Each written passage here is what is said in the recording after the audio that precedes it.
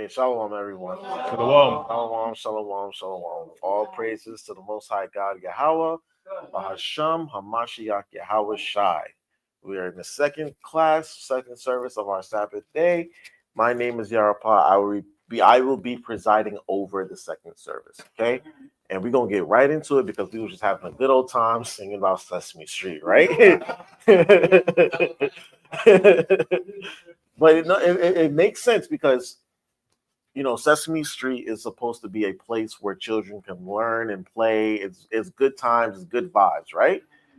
But we know that the real Sesame Street or Sesame Place or whatever is going to be the kingdom of the Most High. Khan. So and that's what we're going to talk about. If everyone remembers last week, Rakah had talked about the coming of the Most High's kingdom, right? If you didn't watch the class, go watch it because it was probably one of his best classes that I've ever sat through. It was great, and I it's something that we all as Israel can look forward to, something that we should look forward to in the coming days because America's kingdom is on its way out, and then the kingdom of heaven will be right behind it. All right. And it's something that we have to talk about, it's something that we have to teach about, something he told us we have to teach about the kingdom so that way the kingdom can come. Because what the scripture says, once the gospel of the kingdom is preached, then the end's coming. So the more we talk about it, the more we speed this thing up. Okay. But he also talked about Adam's kingdom, right? And that's the topic of the class. It's going to be called the Old Kingdom versus the New Kingdom. Okay, we're going to discuss the Old Kingdom under Adam, and then we're going to just peel back some more of the layers when it comes to the New Kingdom under Yahweh Shai and the Most High, right? Okay, because y'all know, like sometimes when we follow my logic here, everybody here likes to eat chicken, right? Yeah, everybody likes chicken. Let's be honest. Look, we all like chicken, but then there are some people who eat the chicken all the way down to the bone, who peel more meat off the bone than everybody else. Right? Right. You just right. That's how we do it. Right. That's what we're gonna do here. We're gonna just peel some more bone, some meat off the bones when it comes to the chicken and about the kingdom, because there was so much more that we could have talked about last week, but I know we were pressed for time, and everything is in its due time. So that's what we're gonna do. We're just gonna peel back some more of the layers about the kingdom. But first, we're gonna go back to Adam's kingdom just to discuss it just a little bit more in detail about what was happening. Because remember, Adam was a king, right? Adam was definitely a king. He ruled everything. But it was also similar to what all the kingdoms that came behind him, all the way up to the kingdom of heaven, right? So we're gonna go to Genesis. We're going to start at chapter 1, okay? I'm going to go to Genesis 1, verse 26. After you do that, I want to ask you something about king. Okay. After the scripture or, okay. Reading out the book of Genesis, chapter 1 and verse 26. Yep. And the Most High said, let us make man in our image. Right, so the Most High said, let us make man in our image. The us, we all know, is Yahweh Shai and the rest of the angels, right? We are made in his image, okay? Go ahead. After our likeness. After our likeness. We look like the Most High. The reason why man looks the way that he looks is because we look like the Most High, okay? From our facial structure to our hair, our body figures, okay? We are made in the Most High's image, all right? That's why we don't look like any other animals on the planet, all right? We look completely different, all right? Read on. And let them have dominion over the fish of the sea. Right. And over the fowl of the air. Right. And over the cattle. And over all the earth. Over all the earth, right. And over every creeping thing that creepeth upon the earth. So what did the Most High do in that instance right there? What did he declare? I want you to be a little bit interactive with me today. Like rulership. Right. In terms domain, of govern, in charge of what did he make man? Where's man in a hierarchy of? He's like the king. He is the king or the apex predator. The apex predator or the Top of the food chain. Top of the food. There's a certain word for that, or a certain term. He made man the what? Dominion. Close. Close. You're very close. You're getting there. You think of the word dominance or dominion, right? Ruler, right? But what's the word for that? There's a term for that, especially when it comes to humanity. We are the what in the earth. We rule the earth, right? So what are we called? The dominant. The dominant Dominion. Ruler. No, dominant. Dominant species. Thank you. There we are. He made man the dominant species on the planet. Okay, because think about it, there are other creatures that are stronger than us, that are bigger than us. They live longer than us, right? Like there's species of turtle that live for hundreds and hundreds of years, right? Huh? Or gators, right? Think about the ape, right? The great ape, so to speak. Gorillas are thousands of times stronger than us, right? And then there are other creatures that are way more dangerous than us. But yet he made man the dominant species on the planet, right? So that in this scripture right here, that's what he did. He made man the dominant species on the planet. We run the earth. We have the knowledge and the wisdom to understand the earth, because there are animals that create their own little communities, their own little, hierarchies and tribes and things of that nature, and branch off into different factions and groups, but yet they don't run the planet. We run the planet. Khan? Go ahead, Judah. Yeah, I like that because when you first started, we was defining the dominancy over everything. Yes. See? And what connected was that you said that we look like the image of the Most High. So with that, I connected because we have the spirit, the spirit of the Most High. And we're gonna get into that. No, it's good. That's the spirit, because why are we the dominant species on the planet? Because we were given the understanding, the spirit. Okay, so from there, that's where you go to Genesis 2:7. Okay. Reading out the book of Genesis, chapter 2 and verse 7. And the Most High Power formed man of the dust of the ground and breathed into his nostrils the breath of life. Right. And man became a living soul. And man became a living soul, right? So when he took man, remember, I think you guys had a debate about 2-3 weeks ago about when man was actually created, right? Because the man was created from what? The waters, right? That's what we said before. Right. And then the scriptures tell us that man was created of the dust of the ground. But what does that really mean? Right. We're made from the earth. We're made from all the elements around us too. The same things that the Most High made the earth from, he made us from, right? But the principal thing is man was given the understanding, all right? Man was given the wisdom and the spirit to rule, all right? Because remember, we spoke last week, animals don't live by choice. They don't make conscious decisions. They live off of instinct, right? It's literally written in their DNA to perform certain actions, right? If they smell something and it registers as food, what are they going to do? They're going to eat it, or at least attempt to eat it, right? If they smell another being of the same species of them, are you friend or foe? You know what I mean? Well, us, we have the capacity to think and make the decisions. Okay, what's going on here? Is this food? No, it's not food. I'm not going to eat it. Are you friend or foe? I can have a conversation with you and determine, are you friend or foe, right? This is what the Most High has given man, and that's why we are the dominant species. We have the ability to make decisions and basically conquer everything around us. So I want you to hold what you got, and from there go to 2nd Ezra 16 and 61.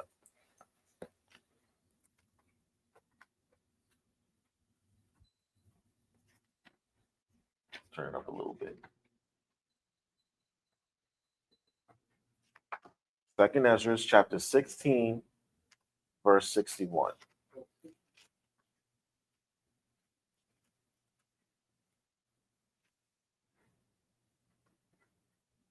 Con, reading out the book of 2nd Ezra, chapter 16 and verse 61. He made man and put his heart in the midst of the body. Right. He said he made man and put his heart in the midst of the body, in the middle of the body. He gave man his mind, right? He gave humanity his mind, right? Go ahead. And gave him breath, life, and He understanding. gave him breath, life, and understanding to understand, the world around us, the ability for us to make decisions. We don't live by instinct. We live based off of the decisions that we are making. Okay, we can make the conscious decision of right and wrong, right? And that's what Rakah went into last week. We make decisions. He gave man understanding and free will. Okay, animals don't have that. They live just according to, okay, they live according to their purpose, right? The animals are made to keep the earth in ecosystem, in balance, right? Just like we are here to keep everything else in check. We're here to keep each other in check. We're here to keep animals in check. We're here to take care of the earth. Animals, they have their same purpose. The difference is we can choose not to. Okay? And we're going to get into that just a little bit. All right? So let's go back to Genesis. Huh? 62? You want to read 62? Go ahead, read 62. Con, verse 62. Yea, and the spirit of the almighty power, which made all things, Right. and searcheth out all hidden things in the secrets of the earth. Uh-huh. That's what we do. See, and the Most High Spirit knows all of this, right? And that's how you're able to that's how we're able to read other people, read spirits, right? Remember, Scripture says, "Try the Spirit by the Spirit," right? So we, by the Spirit of the Most High, the understanding that we have, the knowledge that we have, we're able to make decisions, and we live off of that. Okay, Judah. Do we also take that and put in the word of nature? Yes. Yes. Everything Everything has has its its nature. Man has its nature. Nature has its nature. thinking. Right? That was 61 and 62. Might as well read All right. 63 too. Go ahead. We'll take it down. Go ahead. Go ahead. Verse 63. Surely he knoweth your inventions and what ye think in your hearts. Because he gave it to us. He gave us these thinking, the capacity to think. Okay? I think, therefore I am, right? Right? Because I have the ability to think and make decisions, I exist. Right? Go ahead. Right. Exactly. I know I exist. But it's even crazier to think that, because where did you get the capacity to think? What, we just came up with the ability to think? He made that comment, but he didn't like the Most High. He was against the Most High. But they're all against the Most High. But that doesn't mean that the Most High is wrong. It doesn't mean that what he said was wrong either. What Right. he said proved him to be an idiot. Exactly. I think, therefore I am, think right? There I am. Yeah. But you thinking too, so he should think to know that you here talking to him. Go ahead. Yeah, I like what you said, because we have the ability to check our own thinking. Exactly. Before we go into the direction. You have the ability to think before you act. And that's what separates us from every other being that the Most High made. Okay? Did you finish that 63? Even them that sin and would hide their See, sin. just like you said, that he didn't think that he was sinning about it, but the Most High heard him, and he knows what he said, because he searched the heart. The ability to make the decision right from wrong was given to man, right? You can choose to obey, you can choose to disobey. That's your decision, but yet the Most High gave you that decision. All right. So we're gonna go back to Genesis, and we're gonna talk about Adam's kingdom. Okay, and just peel back the layers a little bit here, right? Just peel back the layers. So we read 7, right? Did we read? No, I want you to read verse 5 first. Reading out the book of Genesis, chapter 2 and verse 5. Yep. And every plant of the field, before it was in the earth, and every herb of the field before it grew, for the Most High power had not caused it to rain upon the earth. Right. And there was not a man to till the ground. Right. So the Most High created these these trees, and before they grew, it hadn't rained on the earth yet, right? Yes, I went back to Genesis 2. Genesis 2 and 5, right? So we see that the Most High had made all these trees with the herbs and everything thereof. It didn't rain yet, right? But yet the scripture says there was no man to till the ground, meaning what? No man to take care of the earth. But yet we saw that man had been created already, right? Because remember, we said that man comes from the waters. Now, man had been on the earth, but there was nobody in charge, right? There was no king on the planet yet to run the place. And that's where Adam comes in. So I want you to jump down. So Go ahead. So could that I'm just trying to follow. Mhm. Could that also mean when you say the water? Could that also mean before Adam came, and until there's nobody in charge, that the Most High sent the Spirit? The water. So The Spirit of the Adam. the waters that is really the elements, okay? Because remember the way that it's being described here, they have words for that back then. You know what I'm saying? The waters are the elements that move around us, and it moves like water, right? Think of heavens. The Hebrew word for heavens is what? Shemayim, right? That means waters. It means waters because there's waters everywhere around us. Water is right. There's everything around us is really made of water, right? The sky, the clouds, the air. There's water everywhere. Even in outer space, the things move. They move. It moves like water.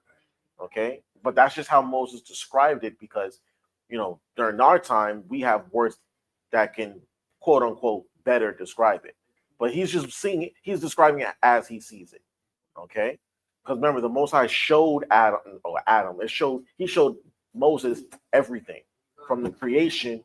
Everything came together and it moved like water. Okay, the way man came together moved like water. All right, the heavens and the firmament looks like it's moving through water. Okay, now from there, right? Did we read verse 6? Uh, Okay, yeah, read verse 6. Verse 6. But there went up a mist from the earth, Right. and water the whole face of the ground. So it didn't rain, but there was a supply of water for the fields, right? There was a way for the earth to be nourished. It wasn't exactly rain, but it was a mist. Okay. Dew. Thank you. The dew. Okay. Read on. Verse 7. And the Most High Power formed man of the dust of the ground, and breathed into his nostrils the breath of life, and man became a living soul. So what's happening here? Remember, man is on the earth already at this point, but the Most High took a man of the dust of the ground and gave him life, understanding, wisdom, and whatnot. So what's happening here? Yeah, his law is being imparted, right?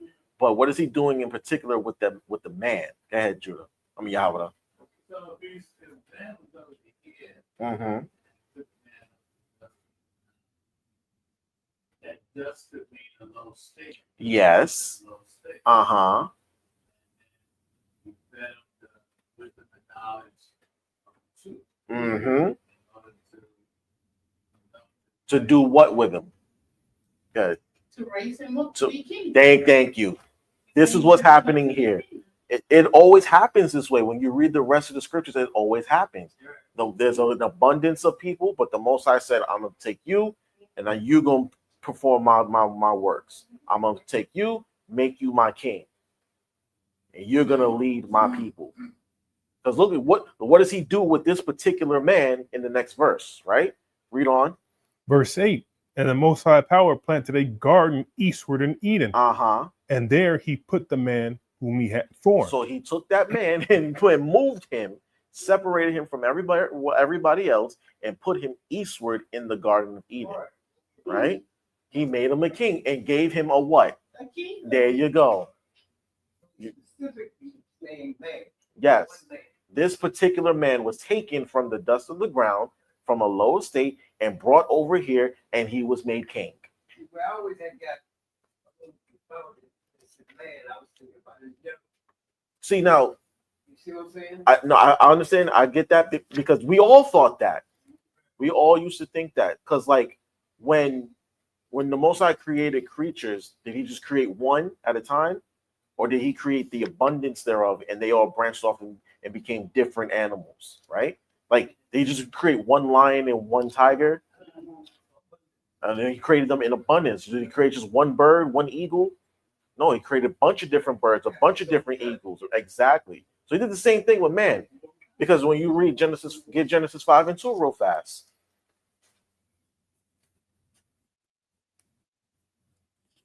Reading out the book of Genesis, chapter 5 and verse 2. Male and female created He them, and blessed them, and called their name Adam. And called their name Adam. It says male and female. Now, Adam is a male name. So you had women called Adam, Adamites, right? Then what does Adam mean? It means man or mankind. So when He created man or Adam, He created us male and female. He created us in abundance and let us have dominion over the earth, like we read in Genesis 1 and 26 and down to 28. And in fact, if you read verse 27, it says male and female created He them. He didn't just take one man and then boom. No, it was a bunch of human beings called Adamites or mankind, and then He took one and put him in the eastward and put him in the best part of the city, so that way he can be the king and lead the planet. Yeah, Yahweh. Genesis 1:21 says. Wait, hold on. Let I want to read it so that way it gets on camera. Genesis 1:21. Yeah, Genesis 1 and 21. Reading out the book of Genesis, chapter 1 and verse 21. And the Most High created whales and every living creature that moveth, which the waters brought forth abundantly. See, every living creature abundantly. Notice He said the waters which brought forth abundantly, right? All the creatures, us, fish, whales, all kinds of creatures, we all come from the elements. Okay, that's what it means by the waters. We are all created of the elements. You know how sometimes they say, "Oh, we're filled with stardust," or "We're made of stardust." We're made from the elements. Okay, carbon, iron, zinc, all copper. These things are in us. Okay, man, all of it's in us. Okay, Yahweh. And Judah. Former days, we didn't go to East. Nope, we went to the earth.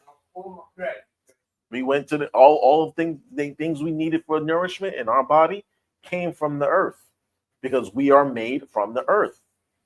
Right? Go ahead, sis. Absolutely. Everything. The modern medicine comes from the earth. They just add a bunch of crap to it to make it addictive. You know? Yeah. Pharmakia. Exactly.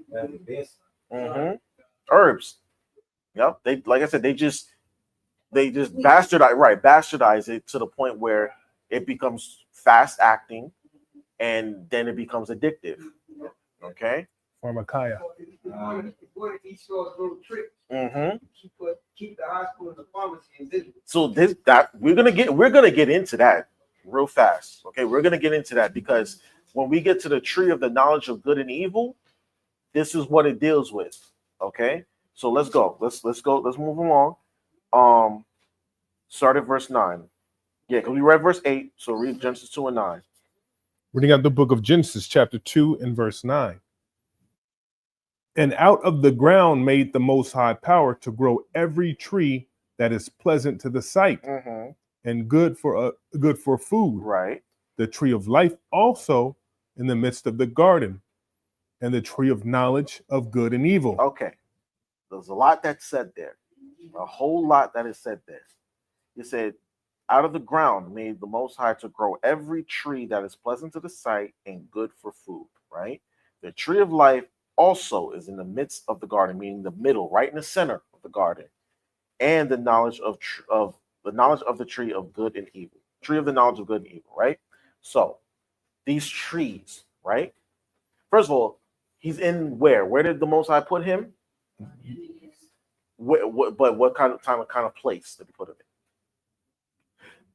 where the Most High took Adam and put him Paradise. where? Right? Paradise, a garden. He put him in a garden. But Iowa just said it. That garden is paradise. What kind of what's in a garden?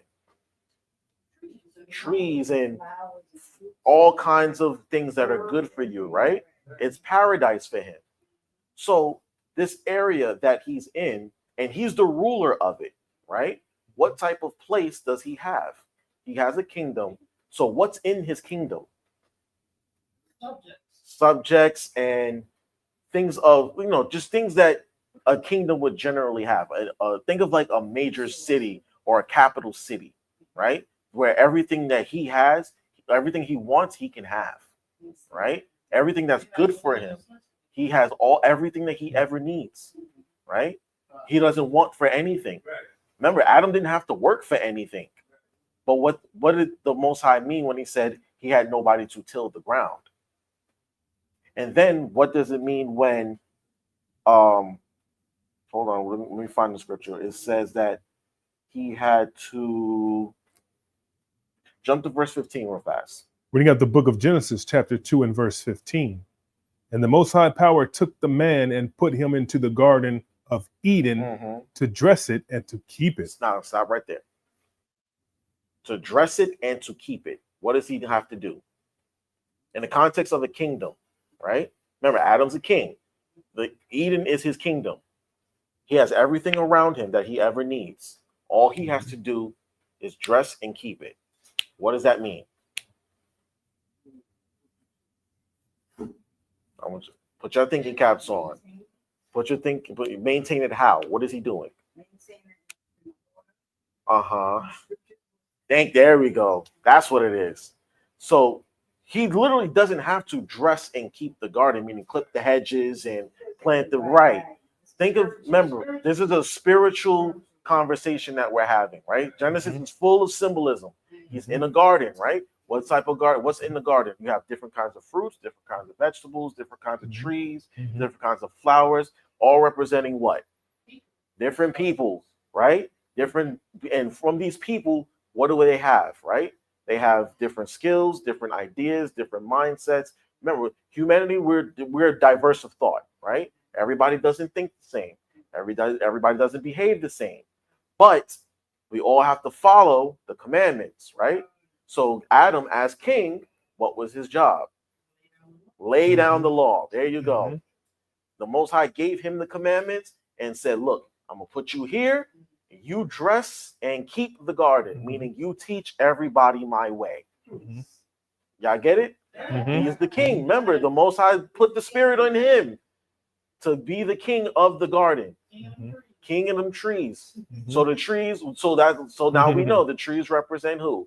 People. There we go. So the tree of knowledge of good and evil, what is that?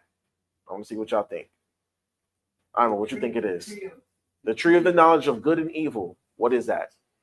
The tree of the knowledge of good and evil. That's I know Satan has something to do with that. Okay. Right? Okay. I'll leave it at that right now. Okay, that's fine. That's good. Hold on, I'm gonna go in order. Mike Allah, Uncle Mike, what's the tree of the knowledge of good and evil?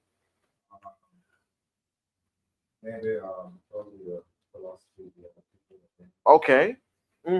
I like that. Yahweh. What is the tree of the knowledge of good and evil?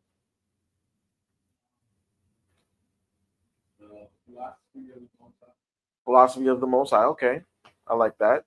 Judah. The commandments. Okay. All right. Gabara. I was going to say that also. What? The philosophy. Philosophies of men. Okay. Philosophies that was in the earth. Okay. I would say that and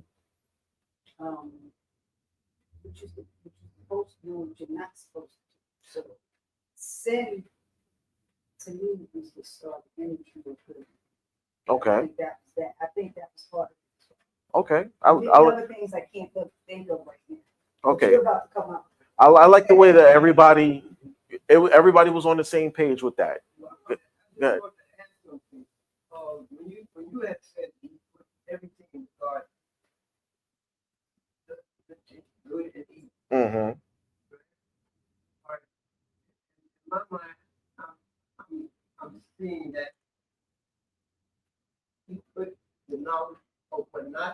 Mm-hmm. And what? Now, notice he put that particular tree in the middle of the garden, Mhm. right? Mhm. Every other tree around it, remember, not every tree is the same, correct? So you have trees that bear different fruits, Mhm. trees that bear different kinds of leaves, right? So y'all were on point, right? The trees represent the people and the things that they know, the Mhm. things that they believe in, the things that they're taught, right? Different philosophies and different understandings of, say, mathematics, sciences, astronomy, uh, nature, knowing animals, right? And then all of it surrounded the tree of the knowledge of good and evil. So the knowledge of good and evil is, like we all said, what to do and what not to do regarding these things.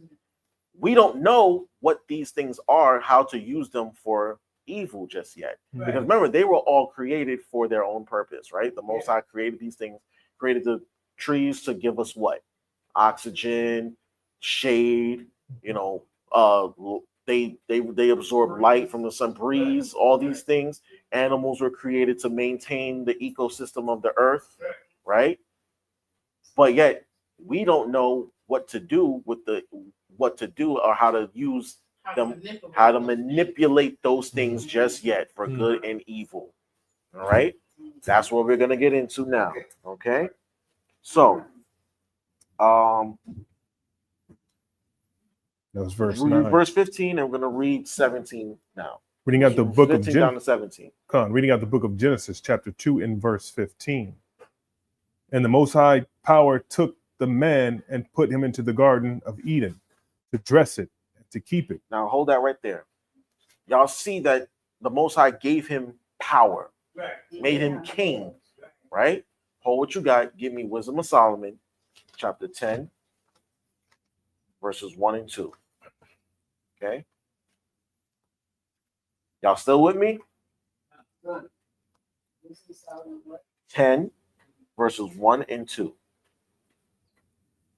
This is linking up with verse 16? Verse 16, no, Mhm. 15. 15. Oh, they saw it 15. Con, 15. Right? Reading out the book of Wisdom of Solomon, chapter 10, and verse 1. She preserved the first formed father of the world. Right. The first formed father of the world, who was obviously Adam. Right? Go ahead. That was created alone. Right, because the Most High had not made someone like him yet. Shalom, sister. Okay?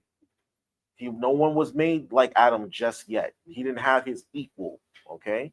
That's where the woman came in, right? It's remember, said man should not be, it's not good that man should be alone. Meaning Adam was by himself. He was ruling on his own self. He was the only man that had the thinking and understanding like him, like that he had. Okay? No one else was like that. All right? Read on. And brought him out of his fall. Brought him out of his fall, and gave him power to rule all things. To rule what? To rule all things. To rule all things. Adam was basically a god on the earth. Okay? He was the king of the world, king of the planet. Okay? Everything. Adam ruled everything. All right? Now let's go back to Genesis. What is the she here? The she, the wisdom. Oh, yes, thank you. The she that is talking about is the wisdom. The wisdom of the Most High. Okay? Because when you read up in the previous chapters, he starts to describe wisdom like a woman. Okay? So that she is the wisdom. Okay? And wisdom gave Adam the power to rule all things. Okay? Because he stood out above everyone else. Because he had the wisdom of the Heavenly Father. Khan? Y'all understand? Everybody still with me? All right. Let's go back. We're going back to Genesis chapter 2, verse 15. Reading out the book of Genesis, chapter 2, and verse 15. And the Most High Power took the man and put him in the Garden of Eden to dress it and to keep it. Dress it and to keep it, right? Remember, he had the power to rule, the wisdom to rule all things, right? Go ahead. And the Most High Power commanded the man, saying, of every tree of the garden thou mayest freely eat. Now stop. What did he told him? Of every tree of the garden you can eat. Okay, it's good to eat these things. You can eat apples, you can eat bananas, you can eat oranges, you can eat grapes and all this other stuff. But what is he really saying? That So taking all of the wisdom, mm-hmm, like the scroll. mm-hmm, Eat these words or eat this knowledge. mm-hmm, Take it in so you can be a good ruler. mm-hmm. That's what that Take it basically. in wisdom. Yeah, you can learn all of these things. You can learn science. You can learn math. You can learn these things, right? But you can learn all these things. But read on. Verse 17, but of the tree of the knowledge of good and evil, Mm-hmm. thou shalt not Thou eat, shalt not eat of it. eat of it. Go ahead. For in the day that thou eatest, therefore thou shalt surely die. Now, what did he do there? Okay.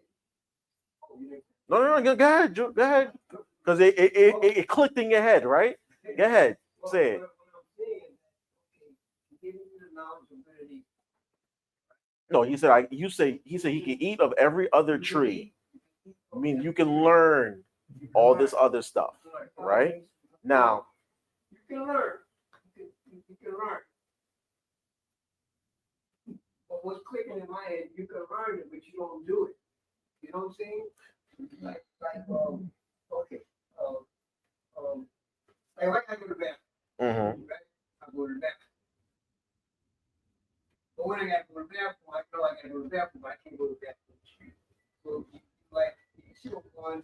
I see where you're going with it. Yes. You know what to do, but you don't obey what's evil, what you do. Right. So what he's telling him. He's giving you. We went over it earlier. He's giving you the knowledge of good and bad. I can't figure it out. Help him out, Yahweh. Help him out, Yahweh. He gave them rules to show them Okay. I like that. why. In a sense, okay. Okay.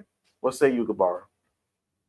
Well, when you say don't eat from the tree, he didn't want him to know those things yet. It's like it was the dark side. It was the left hand side of everything. So when he said don't go eating of that tree, because that tree holds stuff that he wasn't ready for him to deal with yet. Right. You know, because he said you can eat all that righteous stuff, Mm-hmm. but this got some poison. Say it got poison because it's left hand stuff. You know, and he don't want him dabbling in that just yet. He want him to learn the righteous way so he can rule the kingdom. Okay. All right. Yeah. And also, along with what Gabar said, that also opens the door to understanding free will. Mhm. Okay. That's I like. at the door right there. That's the door. Yeah. That's the door. Okay. Let me ask y'all this. But let me. Okay. Go ahead, Judah. Go ahead. He's already given him the first commandment. But you see what I'm saying? Thou shalt know all the power. He's already given him the first commandment without him knowing that he's given him. Mm-hmm. Okay. You know what I'm saying? Thou Yeah. shalt have no other power over me. Right. No other power to rule you. Right. But by giving him that limitation, he is essentially telling him, "You shall have no other gods before me." I agree with that.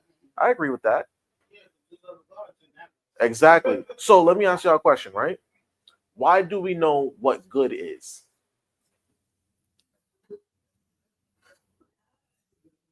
Why do we know what evil is? Okay. You want to take a stab at it? I know the answer That's it. because the Most High created both, Yes. and He made it so that you can know and discern what is good Mm-hmm. and what is evil. Because He said everything He made, it is good. Mm-hmm. Even the evil is good for His purpose, Mm-hmm. but not for our own. Okay. You know. So we were given the wisdom and understanding of what evil is and what good is, because you get an instinct from the Most High what is evil. Mm-hmm. Okay. I You like know that. when something's evil, nobody can have to tell you. Yeah. Your spirit tell Your you. spirit tell you. Absolutely. Go ahead, Judah. Yeah, I'm on the line as far as like it's true. Like even before you do it, you start to feel that it's not right. Okay. Right? When I came into the truth, then I really understood, right?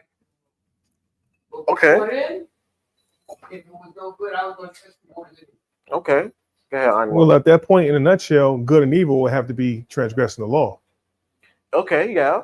At As that we point, as we come to know that evil is transgressing the Most High's word. But Absolutely. if that's true, then how come some people that don't know the truth will still be blessed by it? Because there's an like Gabar said earlier, there's an instinct. You know what's good and what's good and evil. Sometimes you might not like. Do we really have to say, "Don't take what doesn't belong to you"? Thou shalt not steal. Right? You should automatically. You have that instinct in you to say that it doesn't belong to me. It's not. I shouldn't take it. Nobody should have to tell you not to kill your parents. As an right, as an adult, Because it's children. as a child, you And know, as children, we have to be brought up. right, We have to be taught what is not yours. Right. Okay. You know, agreed, don't envy. agreed. And, you know, we have to be raised in those things. That's why the Most High orders it to train your children up in the way they supposed to. That's Of right. course, children do need to be molded, but I was speaking. I was speaking in the context of an adult. Do you really need to be told? You know, some people really need to be told. Some Yes, adults need to be told. but they also have that instinct in them. A lot of I will say that most of humanity has the instinct given to them by the Most High, because even to an extent, Esau has it. I will say that Esau knows you should not kill, you should not steal. He knows that, but he does it anyway. It's a conscious decision on his part, but he knows. Okay, he knows. Mother, I saw you had your hand raised. Yes, you'd ask the question, what is good, or how do we know what is good? Right. And in Genesis 1, it tells us that everything the Most High made It was good. was Mhm. good. Now, there was a story that was told to me of a bank representative that was teaching new employee how to identify fraudulent dollars or fraudulent money. Okay. And so they showed the real money, the Mhm. correct money, and had it imprinted in their mind. Mhm.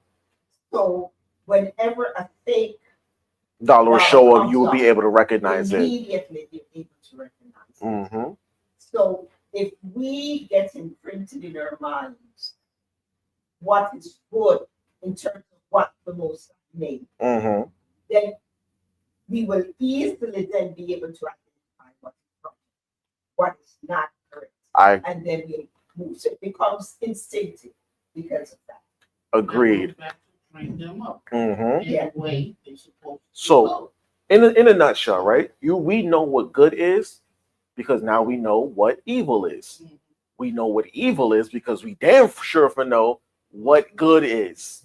Okay? We know, okay, just like the mother said, the Most High told us this is what's good. I made this for this. I made this for that. Anything that deviates from that is evil. Adam not necessarily did not know that, but he didn't have the full understanding of it yet. So, and like you said earlier, the Most High did not have it so he would understand that just yet, because he wasn't in his full power yet. Remember, the woman had not been made for him yet either, so he wasn't at his peak. So he told him before the woman came, he said, look, that tree right there, you can do everything else. You can learn everything else under the sun, but that right there, don't touch that. It's not ready yet. You're not ready for that. Okay, you're not ready for that. That's some next level dealings that we dealing with over there. Yeah, Yahweh. So that's why that's why it was being named. Exactly. They hadn't realized. Oh crap, we were not supposed to do that because look at what's happening now. My eyes have been open to the evil that I've done. Right? Go ahead, Judah. When I was short, when I was a kid, and I would be playing in house, they would have their company. Mm-hmm. Uh-huh. Sometimes being killed, I would go, "We're there." And they told you stay in a child's place. They would say, "Boy, what are you doing? Go back there with the rest of you. Go back there. Get back there." Mm-hmm. And even the boy could make me get the hell out. Mm-hmm. But I'm just saying, later on, I found out that the things that they were saying, and I thought I knew, We're beyond our understanding. Mm-hmm. right? That really, yeah, trouble I would have been getting into if I would have been. You know, if I didn't understand what they were saying, though I thought I did. Yep, and I can attest to that too, because there have been conversations that I've had as an adult with some of my family members, and I was just like, you know, like, just wow, no wonder y'all hid that from us when we were kids, you know, because you're not ready for that conversation yet. And then once you get older, you realize, oh, and then you start to see things for yourself. It's like, oh, that's what that was about. You know, this is what's happening with Adam. He's not ready for that conversation yet. So the Most High told him, look, you chill. You take in everything else around you. You're still the king. But hold on a minute, brother. You know what I mean? So when you know, just jumping ahead, when Eve brought the fruit to him of the knowledge of good and evil, someone give me an example of using something for good and using something for evil. Well, Yeah, Hazi had her hand raised. I have my hand go. Just something simple, something we do every day, not even think about it. Not minding your business. that's good. Or butting into somebody else's conversation or listen to somebody else tell you and then you go and you know and you repeat it. It could be the wrong thing, but you think it's the right thing. You can open up the doors to other. Yeah, actually, yeah, that's a good example. Yes, using your ability to communicate for good and for evil. Yes, yeah, I know you had You your say hand raised. simply the sword. That too. What? The sword. The sword. Oh, yeah. It was a tool used to chop down trees, and now we chop down people, right? I was thinking more of like the planet, like the herbs that we use, right? Using it for good, heal the body. Using it for evil, getting high. You know what I'm saying? Getting high, getting drunk, Zaza. right? Doing all kinds of wickedness with it. The herb was made to heal us, right? But now we do it to escape reality, going to different astral planes, right? For a moment. That's all it is. You come back to Okay. So we know basically what happens with Adam's kingdom, right? We know that he tried to hide amongst the trees, meaning what? He tried to hide amongst the nations, right? And when the Most High called him, things started to happen in the earth, and they basically pointed him out, said, there you go. Just like Jonah, right? Just same thing that happened to Jonah happened to Adam and Eve. They tried to hide, and the Lord came looking for them, and they couldn't hide no more, right? So because of that, we have a new kingdom. It just clicked in your head, right? No, something else. What happened? Class earlier. Oh, talk to me. Talk to me. Elijah tried to hide. Mhm. And the Lord called them out. He said the earthquake, A fire. He said fire. He did all this stuff around him, and he refused to come out. And he asked him, What are you doing here? "What are you doing here?" What are you doing here?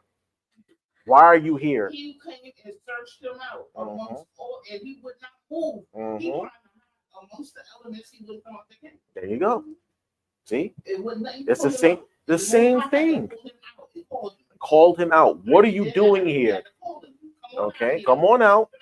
Make your presence known, front and center, right? It kind of reminds me of, that's why it says in the scriptures, share your burden with your brothers, or share the burden with you don't have no secrets. That was the shit. When you're ashamed, you know, then you can move on. Because when you bottle of secrets, shame, that leads to next door close. He was shamed with Eve. Mhm. They were shamed together. They were shamed together. Remember, they were one. one. They were one. So his shame became her shame. Her shame was his shame. When Eve Right.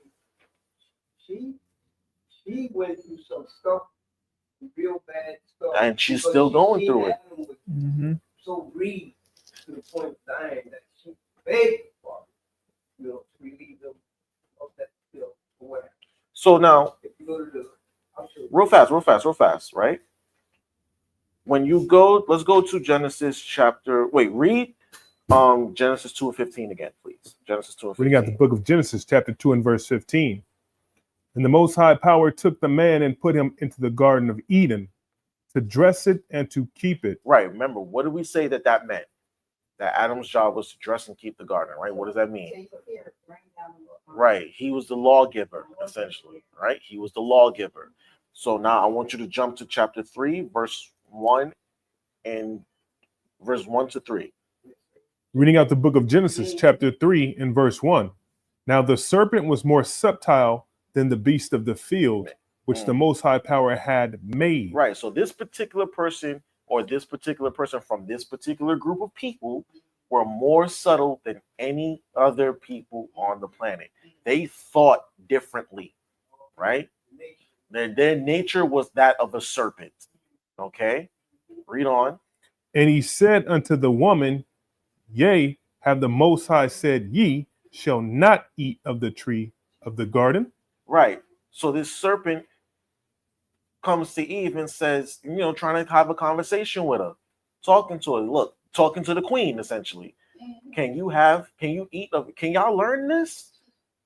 Can't we learn why is this such a problem? Why look, we can't learn this? We can't eat pork, What's wrong with pork? What's wrong with shrimp, crab, and lobster? Right? Remember, he said, shall you not eat of every tree of the garden? Right? Can't we do what we look at everything around us? What we will, right? Go ahead. And the woman said unto the serpent, We may eat of the fruit of the trees of the garden. Mm-hmm. Verse 3. But of the fruit of the tree which is in the midst of the garden, the Most High hath said, Ye shall not eat of it, neither shall ye touch it, lest ye die. Now, how did she know that? How did she learn that? Because she answered correctly. That was her. She answered correctly. She answered the serpent correctly. How did she know that was the answer, though? Thank you. Adam told her. Adam taught it to her. She learned from her husband. I want you to know the teacher the complete thing. Because she said, you cannot touch it. Right. And the Most High didn't tell Adam he couldn't touch it. He said he should not eat of it. Right. That is significant. Because that's how the serpent caught her. Right. He twisted the words. Yes. He twisted because not only that, but remember, he's playing on her mind, right? Because he also says, well, they're not gonna surely die, right? Just touch it and see what happens. Right. Just deal with it just a little bit, right?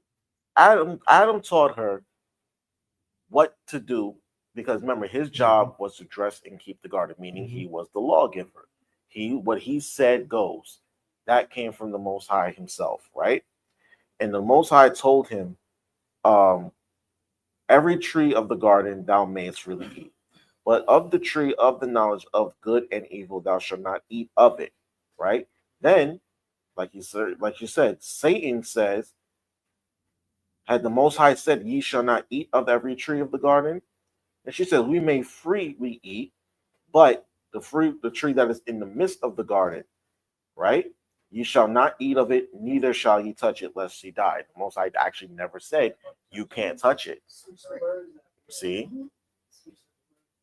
So she was kind of on point, but Adam probably told her, look, don't even go near that thing. Right. Don't even think about it.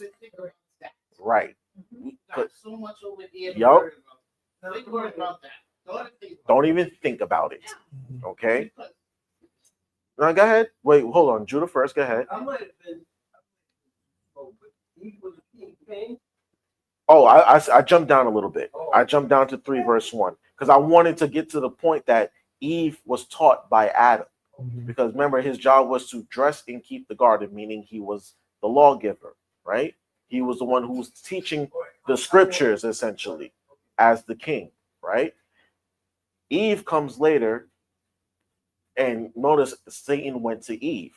He didn't go to Adam. He went to Eve, and Eve learned from Adam not to go to the garden.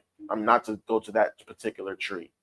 But she said that we can't even touch it when the Most High never actually said that. He said, just don't eat of it. So Eve learned from Adam, look, don't even deal with that. We not the Most High the Most High told to Adam, look, this is don't eat of it. She said, don't eat of it, don't even touch it. Right? So he put further limitations on her and said, look, honey, the Lord told me not even, I don't want you going anywhere near that thing. All right? Whatever that knowledge is, it's too big for us. Don't think about it. Just hold on to what we got. Right? We're good with what the Most High has given us. Okay? This is our kingdom, and we have everything that we need. Don't go there. Okay? Don't talk to that nothing. All right? Don't talk. Don't listen. When the Most High say touching on things, he means speaking about. When he's in very many scriptures, he said touching upon these things. He's not actually physically talking about putting your hands on. Right. He's talking about when you speak about touching on these things. He's talking about keep your mind on things that matter, on the things that are clean, and don't even talk about what's going on with those things. Don't even talk about it. Don't even talk about it. Don't. When he said don't touch, when he said we can't even touch it, we can't even talk about it. Let's not even talk about it. Right. See, go ahead, Hazi. He made her think. Satan made her think on the tree. He made her curious and want to know what it was that it wasn't supposed to know. Exactly. It wasn't their time yet. So he convinced her to. But that was after. Yeah, it was after, but when he told her, she said that they couldn't touch the tree, he made her somewhat curious at this point. And he was like, well.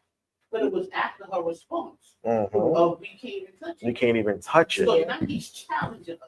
You can't touch it. Yeah, we can't even talk about this? Right, you can't talk about it because you could be as powerful as he. So that made her like, oh, really? Like, okay, so let me get to know, let me know what's going on.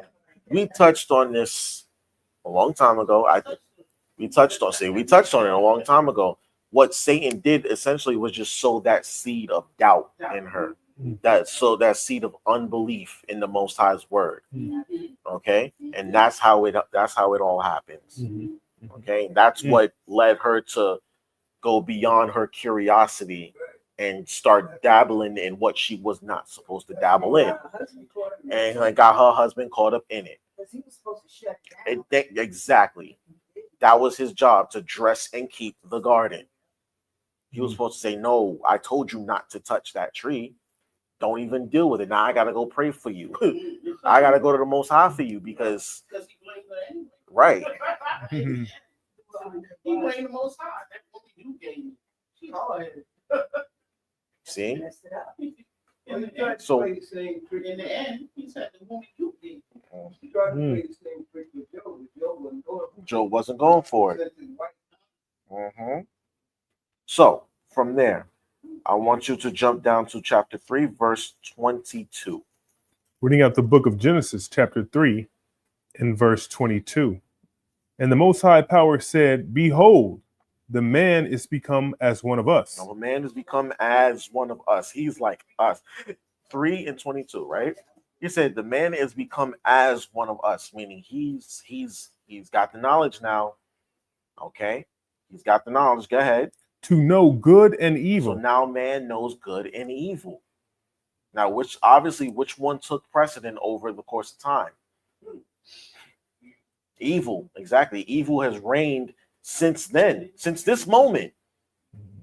Evil has reigned in the earth because of that one little seed of doubt and disbelief in the Most High's word. Evil has reigned throughout the course of time. Go ahead.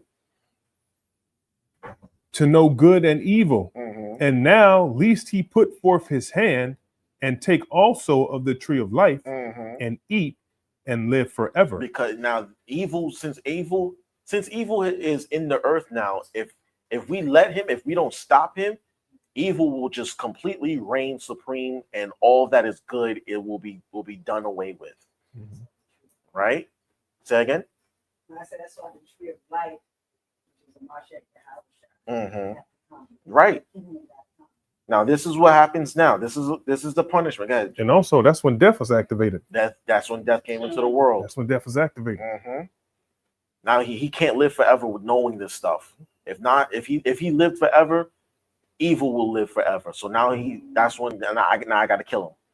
Man, remember, we were supposed to be immortal, right? Man was supposed to be immortal, but because of this, in fact, we can get that in Wisdom of Solomon real fast. I think it's the Wisdom of Solomon. I think it's chapter 5, I believe.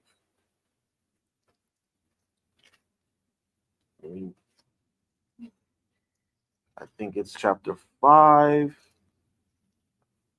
Let me see. No, it's not it. Is it 1 and 7? Is that it? No. 2 and 23. Chapter 2, verses 23 and 24.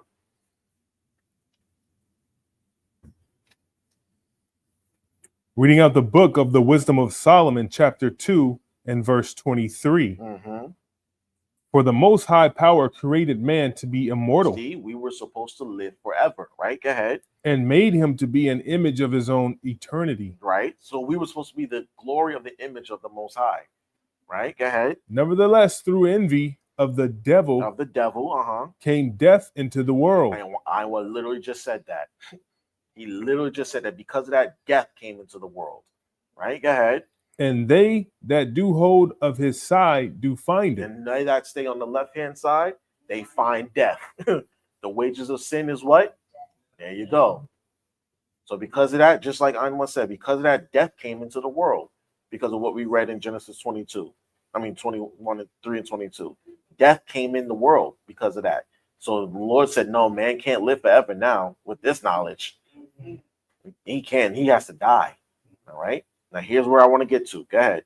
Go back to Genesis 22, 3 and 23. Salakia. Reading out the book of Genesis, chapter 2 and verse 23. No, 3 and 23. Salakia 3 and verse 23. Therefore, the Adawan sent him forth from the Garden of Eden. So what did he do? He kicked him out of the garden. Your kingdom is no more. He lost his kingdom. Right? Go ahead. To till the ground from whence he was taken. Now he has to work for everything that he wants. Now man has to work for literally everything. Okay, go ahead. Verse 24. So he drove out the man. Drove out the man, right? Go ahead. And he placed him at the east of the Garden of Eden. Cherubims. Oh, Slakia, let me read that again. So he drove out the man. So Adam lost his kingdom, right? And he placed at the east of the Garden of Eden cherubims and a flaming sword which turned every way to keep the way of the tree of life. Now I want to see who's thinking. I want to see. Open your spiritual eye for a couple minutes. What does that mean right there? Read it again. Read again, 9-1. Khan, verse Genesis chapter 3 and verse 24. So he drove out the man, and he placed at the east of the Garden of Eden cherubims and a flaming sword which turned every way to keep the way of the tree of life. Okay. Now, first, what is the cherubim?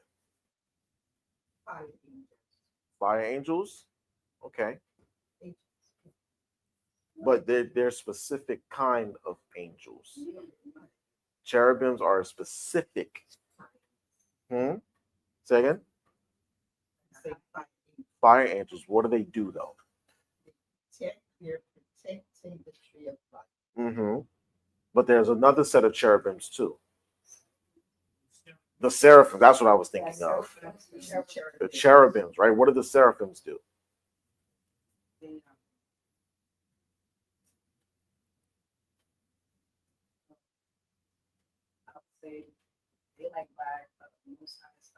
There you go. The seraphims serve the Most High directly.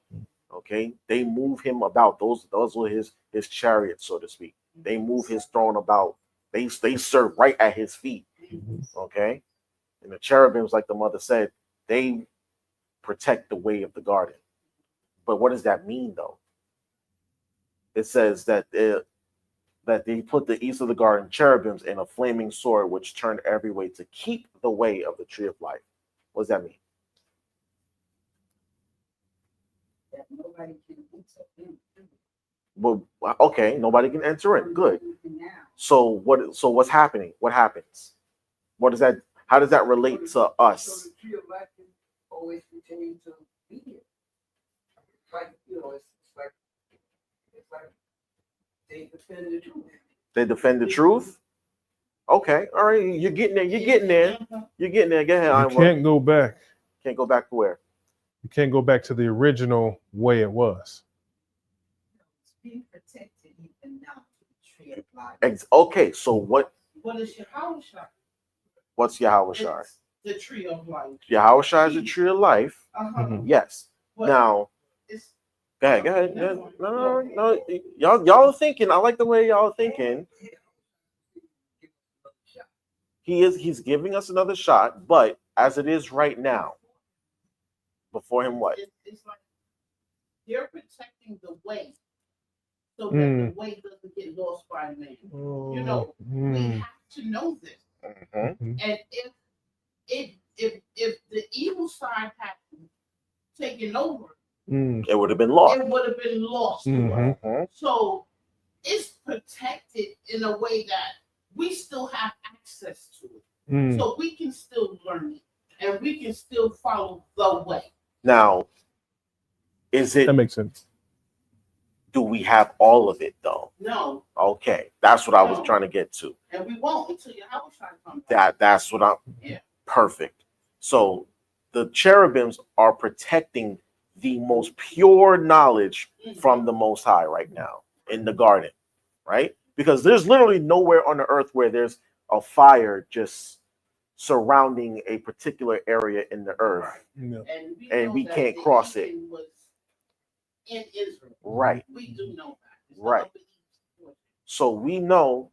So because of that, that pure 1000% truth It's is Yahushua. is with Yahweh Shai, and we can't access it right now. So we get bits and pieces of it, right? In fact, let's get that real fast. Because even when he did the Deacon dream, it showed the seraphims when he talked about the wheels under his feet. Mhm. And he came on the throne. Give me that scripture where it says we. Mhm. Give me that where it says we know in part. Prophesy in part. Yes. I believe it's We'll see in part.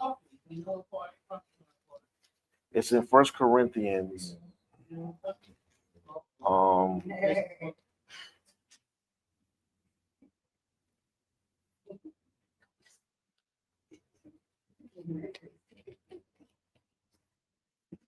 Where is it at? I think it's 1 Corinthians 15. If anybody knows it off the top of the head, they can shout it out. We know in part, therefore we prophesy in part.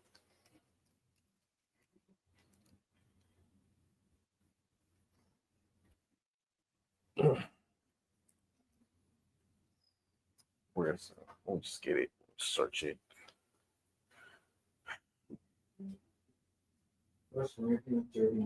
Thank you. 13 and 9. The love doctrine. He said that, she said the love. The love doctrine. The love doctrine. Yeah. Yes. Love is kind. Yes. Yes. 13, 9, and 10. Con, reading out the book of 1 Corinthians, chapter 13 and verse 9. For we know in part and we prophesy in part. We know in part, therefore we prophesy. Do we know every single thing that the Most High has spoken of? No. Right? Go ahead. Verse, Sorry. So read it again. I'm sorry. Con, 1 Corinthians, chapter 13 and verse 9. For we know in part and we prophesy in part. So do we know every single thing that the Most High has spoken? No. But we speak what we know. Okay? We only know a little bit. We don't even know how much we know. We don't know if we know 1% of what the Most High spoke of, or if we know 5% or 15%. We don't know. Okay? Every bit and piece of information that the Most High has spoken of, We don't know. So, but we only speak of what we actually do know. Go ahead, Judah. And he said, "My grace is sufficient." And it's enough. What he gave us is more than enough. Okay? Read on. Verse 10. 10. But when that which is perfect is come, And that which is perfect is come, which is who? Mashiach Yahushai, right? Go ahead. then that which is in part shall be done away. So once Yahushai comes, that way of the tree of life will be revealed to us. Okay? And only in that day, if we get to be part of that number, then all the things that man has wondered, those things will be revealed to us. You ain't have to, there ain't gonna be a debate about whether the earth is flat anymore. Okay? You argue about it now, which is dumb, but when the time comes, when Yahushua comes, you can ask him. All right? And he'll tell you. We don't be no trees. Exactly. Soaking it all in. Exactly. All these things that man has wondered, how old the earth really is, and all of these things that we argue about daily, we will find out on that day. Okay? Were you really Melchizedek? Were you really Solomon? Yeah.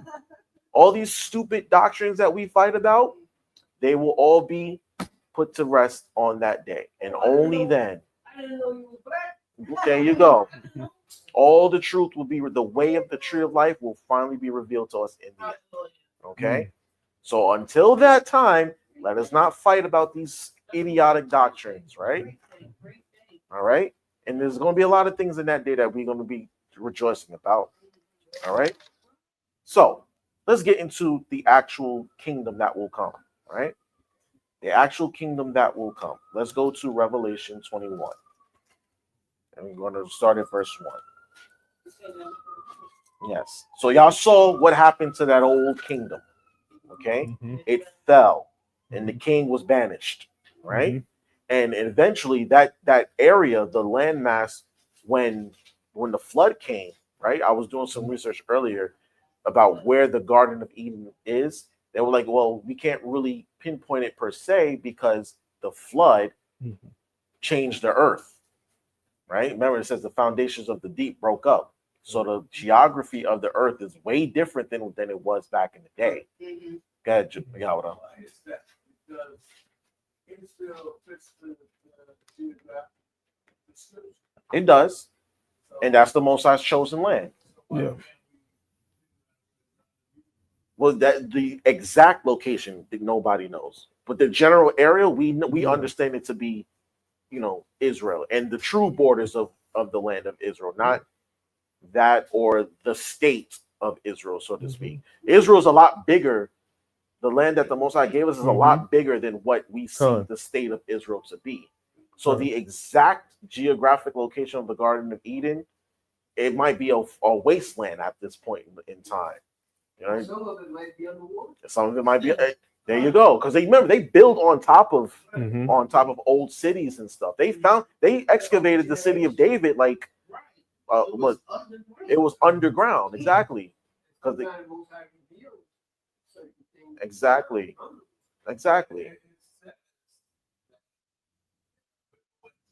Mm-hmm. The rivers are still there. Yeah. Mm-hmm. Why can't it just be the whole Yes, probably. geographic location of Israel? That's what I'm saying. Like this, but remember the modern state of Israel is that even their borders are incorrect according to biblical prophecy, right? The biblical the allotment of land that the Most High gave us, we were supposed to stretch all the way to the Euphrates. The Euphrates goes through like Iraq in that part of the world. It's a lot bigger than what we think it to be. And if that's where it is, then that's where it is. Yeah, we know about Exactly. Yeah. Yeah, you got all that. You got the Hiddekel, yeah. So it's generally that general area. Which one? The map of Israel? This it's a lot bigger than this too. That's just a small, that's nothing. the earth itself is for Eden, right? So to speak. Because he said you put eastward in Eden. So that he described it. Remember that one to it? Mhm. Part of Yeah, It would have been right around Babylon, ancient So- Babylon, yeah, so to speak. Mesopotamia, right? Mesopotamia. quote unquote. Yeah. It's around that Saudi Arabia. general area, right? Now, again, if you want to pinpoint it, that's where they're trying to say, like, okay, it's impossible to pinpoint. Like, you want to put it into a city or that exists today. Like, you want to say, let's just say for the sake of argument, Babylon. The Garden of Eden is where Central Park is today, or east of Eden is Central Park, but the entire garden is the five boroughs, so to speak. It would be impossible for them to pinpoint exactly where it is on today's map because the geography of the earth has changed since then, especially because of the flood. Okay, the flood broke up what they call Pangea, so to speak, right? If it was, you know, I'm glad it won't type in too. Huh? If it was founded, then you know Esau would lay it. Oh yeah, you exactly. Esau will have his hands all over it, right? the ark, so are you saying that God needed particular Latin geographical location? Yeah, it's in that part of it's Israel. We know that for certain because the Most High chose Israel as his favorite land. Of course, he's going to put Adam in his favorite land. That was his chosen pit, right? But I'm just saying that the original land geographical area has changed because of the flood and because of because of the flood and because man changes borders all the time. So where it would be on, I'm gonna get to you on where it would be back then might be called by a different place today. So like again, you might call if Eden is the five boroughs, right? Today you would say Adam was placed in what's called Central Park. Back then it wouldn't even be called Central Park. So it's kind of impossible for them, they say, to pinpoint exactly where that portion was where Adam was at. Not to say that that's not the area, they're just saying they can't find it, right? It's impossible for them to determine because all the changes in the earth throughout time, right? The Jordan, yeah. That's what I'm saying. The general region is there. We're just saying that it's impossible. They're just saying it's impossible for them to pinpoint its exact location. Like, you can't put an address on it. It got it blocked off. Remember, it's blocked off. You know. Yes, they don't want to reveal. It's like Black Sabbath. Until I know. until your point, like you said, like when Pangea was together, it could have been when it was together, it could have been any part of that region Exactly. that would have be called Africa today or something like that. We're not nobody's saying it's in Africa. Right. You know, or South Africa, like they saying it is, or whatever the case is, but the geographical region when it was together before the flood would have been different than what it would be today. Right. But when we look at the map today, the Mediterranean probably might not have been there. Right. If we had been a little bit further south or east. Israel is right on the Mediterranean Sea, so that sea might not probably be there. You understand? Right back then. Right. Right then. It probably would have been somewhere else because Right. remember when you read let's just go there. Second Ezra 6. Second Ezra 6 and hold on 1 second. 42.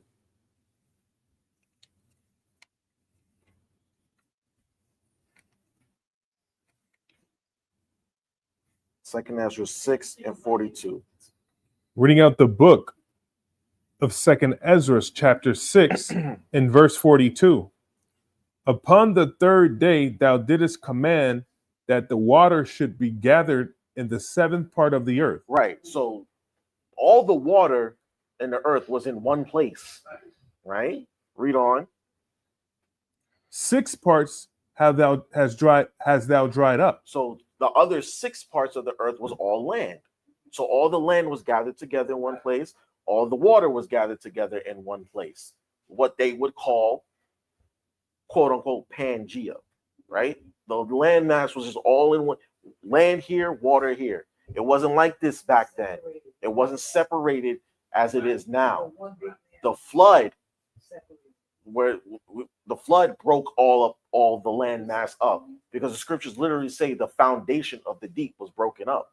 and the windows of heaven were open. So the flood really broke up all the pieces of landmass as we see together today. Because you can look at South America, it fits right into Africa like a puzzle. Okay, and that's just how the Most High made it. But then the area where the Garden of Eden was, it probably still is where it is today, but they just can't. Right, they can't pinpoint it just because of the difference in the earth now. Right? Huh? Oh, they're always going to be looking for it. They can't find it though because the Most High blocked it. Right? Can't see it with the naked eye. Can't see it with the naked eye. All right. Y'all get it? Everybody good? We are still with me? All right. All right. I mean, I just use that term just because, right? I'm not sticking. That's not what it was called. That's not what it was. As far as the Most High was called, it was called land. That's the modern term. That's the modern exactly. term. So people Pangea, will understand. Okay, because it literally just means all land. All land. All right. One giant landmass that the Most High created, and then the waters were over here. And then once the flood came and broke up everything, then the water started to fill in the gaps, so to speak. And that's how we got. Because we had the land, we had the water, we had the rivers. And rivers to feed the land, right? Like you said, the 4 rivers, it came to a head, and the 4 rivers branched off of that and fed, basically nourished the rest of the earth. So that way, exactly. Now, where that land mass is, because when you look at the 4 rivers, they all go through different parts of that part of the earth. So if the land is in the middle of it, that's where it is. It's still there. Those rivers are still there. They're not going anywhere. But the Euphrates is all the way over here. The Nile is all the way over here. The Tigris is all the way over here, right? That's where it is. It's over there. That's all I'm saying. That they just can't tell exactly where it is because they can't see it. They don't know, and the Most High don't want them to know. He know that we're not looking for it at the moment. The wrong people are looking for it. Okay. So let's go back to Revelation. Revelation 21. We want to talk about the new kingdom. Okay. All right. From the top. Yes. Yes, sir. Reading out the book of Revelation, chapter 21 and verse 1. And I saw a new heaven and a new earth. New heaven and a new earth, a new planet, right? A new heaven. Go ahead. And a new earth. For the first heaven and the first earth were passed away. And there was no more sea. There was no more sea. Go ahead. And I, John, saw the holy city, New Jerusalem. All right. So write this big in y'all notes. New Jerusalem, right? New Jerusalem, and underline it. And these are the features that are going to be in that kingdom, right? Because remember, in the Garden of Eden, he had everything, right? It was paradise. Whatever man needed, that it was there, right? Go ahead. Coming down from the Most High out of heaven, prepared as a bride adorned for her husband. Right. Go ahead. Verse 3. And I heard a great voice out of heaven saying, behold, the tabernacle of the Most High is with men, and he will dwell within them, and they shall be his people. Right. It says, well, he said he will dwell with them, and they shall be his people. Right. Go ahead. And the Most High himself shall be with them and be their power. So the Most High is going to be ruling with us. He's going to be in the earth with us, so to speak. His presence will always be there, right? His presence will always be in New Jerusalem. Okay, we won't have to worry if the Most High has forsaken us anymore. His presence will always be felt. Con? Done. All right, y'all can write down Jeremiah chapter 31, verse 33 for that, right? Because the Most High said, I will be their God, and they shall be my people. 31, 33. Okay, read on. And the other one shall wipe away all tears from their eyes. There's gonna be no more sorrow, no more crying, no more black women on the news talking about my baby. They killed my baby. This, that, and the third. Right? Go ahead. And there shall be no more death. Neither sorrow. Go ahead. Nor crying. Neither shall there be any more pain. Right. No more pain. No more aches and pains. No more sciatica. No more diseases. No more gout. Right? whatever pain you feel in your body, it won't exist anymore. We will not feel pain. Why? Because we're gonna have new bodies, right? We're gonna have glory, we're gonna have celestial glorified bodies. Okay, read on. For the former things are passed away. Old things are passed away, they're dead. Go ahead. Verse 5. And he that sat upon the throne said, Behold, I make all things I new. make all things new. All things will be renewed. Okay, go ahead. And he said unto me, Write, for these words are true and faithful. So John, Yahushua told John to write these things down. Go ahead. Verse 6. And he said unto me, It is done. I am Alpha and Omega. So I am Alpha and Omega. Yahushua is the beginning and the end, the first and the last. Go ahead. The beginning and the end. Uh-huh. And I will give unto him that is athirst of the fountain of water of life freely. See, that's where we mentioned before. Yahushua will be, he is that tree of life. He's the water of life. He's all of that. The main source for what we get from the Most High. We all get it through Yahushua now, right? Okay. You got a precept, Einmore? Got a precept. Go ahead. That just hit me kind of hard right there. That was good. Because we know that Yahushua is the ultimate revealing of the Most High now. We know that. Everything that we get from the Most High, we get through Yahushua. Khan? Good. All right, go ahead. Go what you got. Reading out the book of Isaiah, chapter 55 and verse 1. Ho, everyone that thirsteth, come ye to the waters. Mm-hmm. And he that have no money, come ye, buy and eat. Mm-hmm. Yea, come buy wine and milk without money and without price. And without money, come get this knowledge. Come get this word. Come get this truth. Right? Come get it. It's free. Even if you don't got to be rich, you ain't got to be poor. You ain't got to have a dime on you. It's free. This word is free. This knowledge and understanding, this milk from the Most High, this word is free. We ain't got to sell it either. Go ahead. It sells itself. Exactly. That was it. That's all you wanted. Yeah, I can go into more, but actually, read down to verse 3. Actually, okay, come on. Isaiah chapter 55 and verse 2. Wherefore do ye spend money for that which is not bread? Why do you spend your money for that which is not bread? Right? Why are you buying the word? Why are you paying to hear the Most High's word? Right? Go ahead. And your labor for that which is satisfieth not. And you putting all this effort into things of no value, right? Going off into these other religions and giving it your soul for things that's not going to profit you. Islam's not going to profit you. Catholicism, 5% is all these other philosophies are not going to profit you. Okay, Egyptology, is not going to profit you. You're not going to get anything out of it. Go ahead. Hearken diligently unto me, Mm-hmm. and eat ye that which is good, Uh-huh. and let your soul delight itself in fatness. There you go. See, that which is good, and let your soul delight in fatness, which the Most High's word is all of the above.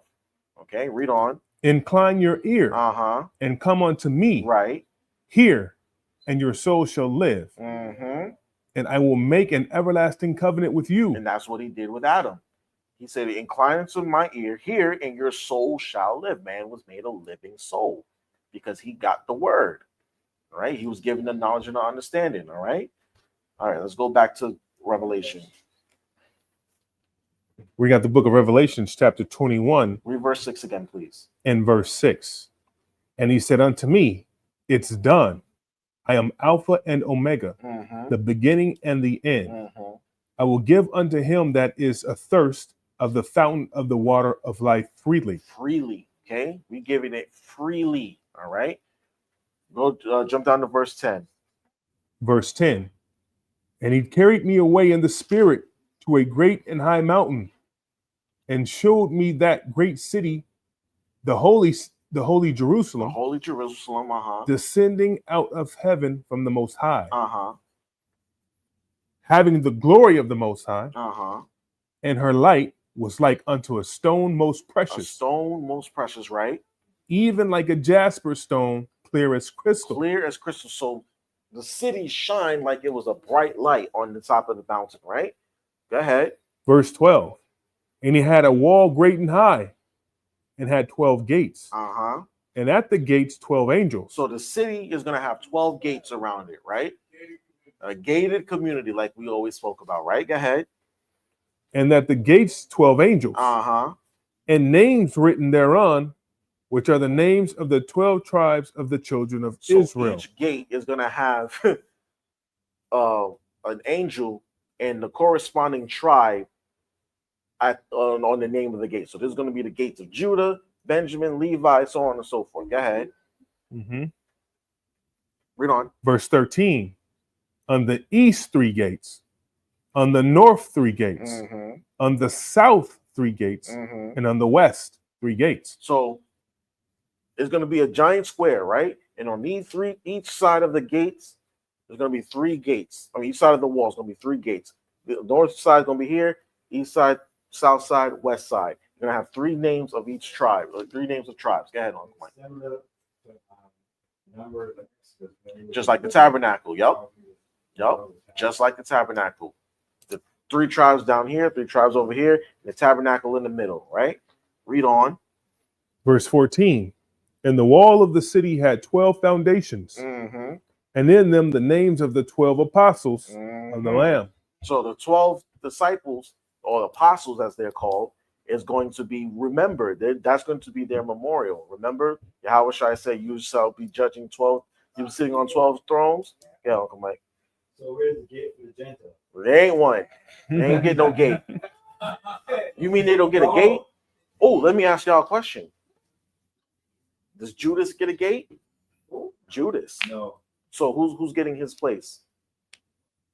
Hey, what? Does Judas get a gate? Or does he get a foundation? Oh, He was one of the 12, wasn't he? Yeah. But does he get a gate? He got a he certainly has a place. Yahweh Shai. That's what I'm saying.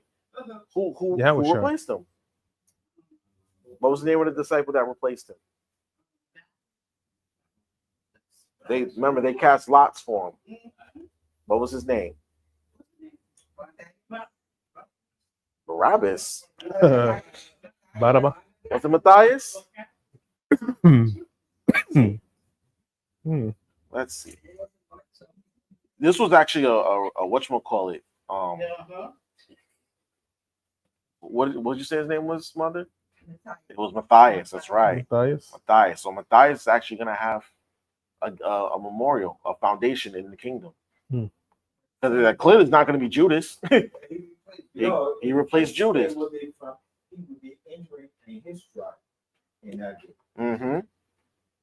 It's only 12 gates, so you gotta be one of those tribes. I mean, yeah. I have the tribe of one of the. But I see now what I've always wondered was, and I don't think it was the case, but I've always wondered if each disciple was from one of each tribe. I don't think it was, because remember, we had brothers. Right, you had brothers. So, but whatever tribe he was in, that's the gate he's going in. Okay. They're gonna be ruling. We have to look at the spiritual implications of what we say. Spiritual, not physical. The tribe is physical, but it's a spiritual implication. Absolutely. Each tribe had different qualities to them. Remember, Judah was we were the kings of the tribes. Levi was so the apostles and the tribes get match up on the spiritual. Absolutely. All right, let's read on. 15. Oh yeah, this is our kingdom. Nobody else's. No. They'll be scattered throughout the right. They'll be outside. They can watch from outside the club. All right. The outer court. They have to come up to Jerusalem for the feast days. They can be in their own land. They can be in their, but we will be ruling over them. All right. That's what I'm saying. They'll have to make the journey from Jerusalem, but they'll be in their own lands doing God knows what, and we'll be watching over them, making sure that they're not violating the Most High's word. Is that negotiable? Huh? Is that negotiable? Hell no, ain't negotiable. Ain't negotiable. That's negotiating tool, the sword. Oh, you read it earlier. He's not gonna exist anymore. He is not gonna exist anymore. There will come a time when white people do not exist anymore. What is that scripture? David said we would be asking what happened to those people. Oh yeah, look for that, Uncle Mike. Look for that while we Is read this on. is this the man? In that day. Is this the man? Look for that scripture, Uncle Mike, because we're pressed for time. Look so narrowly All at right. on him. Where do we read? 15? 15. Huh? Yes. Verse 15. And he that talked with me, Revelation 21:15. and he that talked with me had a golden reed to measure the city Mm-hmm. and the gates thereof, So now we're about to get the dimensions of the city and the gates. All right. Go ahead. and the wall thereof. Mm-hmm. And the city lieth four square, 80, right? 80 measures of that golden reed, right? Go ahead. and the length is as large as thy breadth. Right. So it was long as it was wide. Go ahead. And he measured the city with the reed, 12,000 furlongs. 12,000 furlong. Y'all know how long a furlong is? A furlong is about 220 yards. Ooh. 220 yards. So 2 football fields, right? And then it says the city is 12,000 furlongs. Wow. So y'all do the math. 220 yards, 2 football fields, 24,000 football fields. That's how big the city is going to be. 20,000 football fields. 24,000 football Because the fields. football field is 100 yards. Because Hold on, What? just break it down. so it says a furlong is 220 yards, right? What, the 12,000 football fields? Could be. 200 miles. You know how long that is? That's a big city. So it's going to be like we suggested. It says 12,000 furlongs. So we would take a plane drive the whole The night. plane could land in the city and have enough space to No, the refuel, have to refuel. take off, right? 1,500 miles. 1,500 miles. Yeah. That's how big the city is going to be. 1,500 miles. So when you 1,500 go to visit miles. somebody else's gate, you have to spend the We- night. Mhm. You gotta stay Mm-hmm. a week. Mm-hmm. That's Well, we might have our own charity. What do you mean? No, 1,500 miles. 1,500 miles. It's got to be longer than that. What? 12,000 furlongs. Yeah. Let's see. Or no, maybe you're right. Because 12,000 miles. furlongs. Or no. Yeah, 1,500 1,500 miles. Okay. Mhm. 1,500 miles. That Oh, would- actually. that would be from New York, maybe California. No, Yeah, that's 1,500 about right. miles. 15, New York to. That's- we have our own ships then. Probably like About 3,000 here to miles. California, right? Distance between. Let me see. Distance from New York to California. It's just before you get to California. Yeah, just yeah, it's about right. Well, Probably Arizona, from here to California is about 3,000 miles. So it's just to get there. Colorado. It's like going to Colorado, maybe. Hey, Mike, you'll be saying, what time you coming, Judah? Don't sit in your doorbell already. Yup. So the city, as y'all can see, is going to be huge, right? Actually, that's just the wall. That's going to be huge. No, that's the city. I'm sorry. The city is 12,000 furlongs. That's a big city. From one end to the other is a yeah. Right. And that's just the Mhm. city. That's just the city. And that's just the city. Okay. Right. You know how safe that city's going to be? Let's read on. 17. Verse 17. And he measured the wall, Uh-huh. therefore, 144 cubits. So 144 cubits. Let's see how big that is. 144 cubits. 216 feet. Okay. 216 feet. Go ahead. The wall. The wall is gonna be 216 feet high. So ain't nobody gonna be able to climb over it and just invade us like, you know what I mean? Like they used to. Go ahead. according to the measure of a man, Mhm. that is, of the angel. So it's angel that tall. Yes. Okay. The angel that he's seeing. See? The angel that yeah, Yeah. it's 216 feet tall. Oh, okay. Wow. Okay. Crazy. That's wild. That's a mighty angel. Yes. Because remember, Remember them big wings that we talked Wow. about? he said, Take a block. where was it? Was it in verse 21? I mean chapter 21? Ezekiel? No. But either way, yes, it starts in verse 20. The angel that came down from heaven and showed John the dragon going into the pit. It's the same angel that's showing John this. When you start at verse 20. I mean chapter 20. Okay. Robin? What verse? Chapter 21, you mean? No, I read up to chapter 20. It said the angel came down from heaven, having the key of the bottomless pit and a great chain in his hand. That's the same angel that's showing John this. Okay? Yes. I know. Because it just continues on. I'm saying, how do you know that?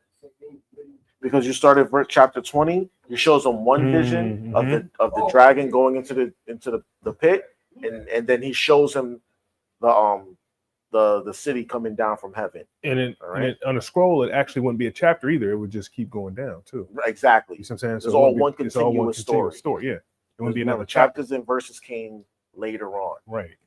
All right. Remember, John wrote this on a scroll. Right. So it's one long continuous thing. It's not broken down into. So he showed him one vision, and then he showed him the next vision. All right. Let's go. Where do we leave off? We'll start up at 18. Yeah. Okay. Reading out the book of Revelations, chapter 21 and verse 18. And the building of the wall of it was of jasper. The wall was made of jasper. You ever seen jasper before? I've never seen a jasper before in my life. It's green. Yeah. It's green. Oh, I'm seeing Jasper stone. Jasper stone.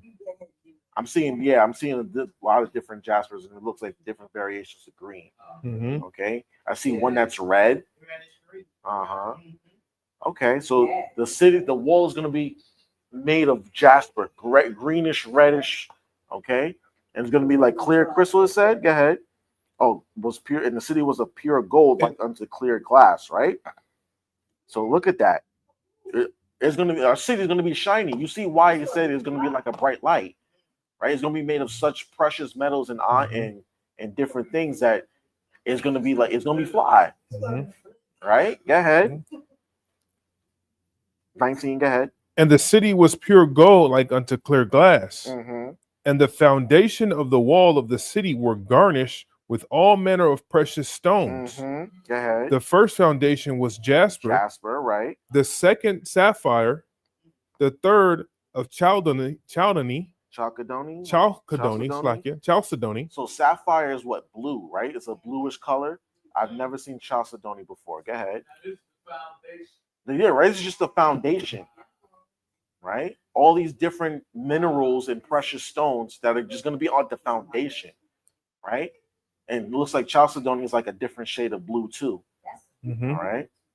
Chalcedony. Read on. The fourth, an emerald. An emerald. Yep. That's a dark green. Yep. Go ahead. The fifth, sardonyx. Sardonyx, right? Sardonyx is. Let me see.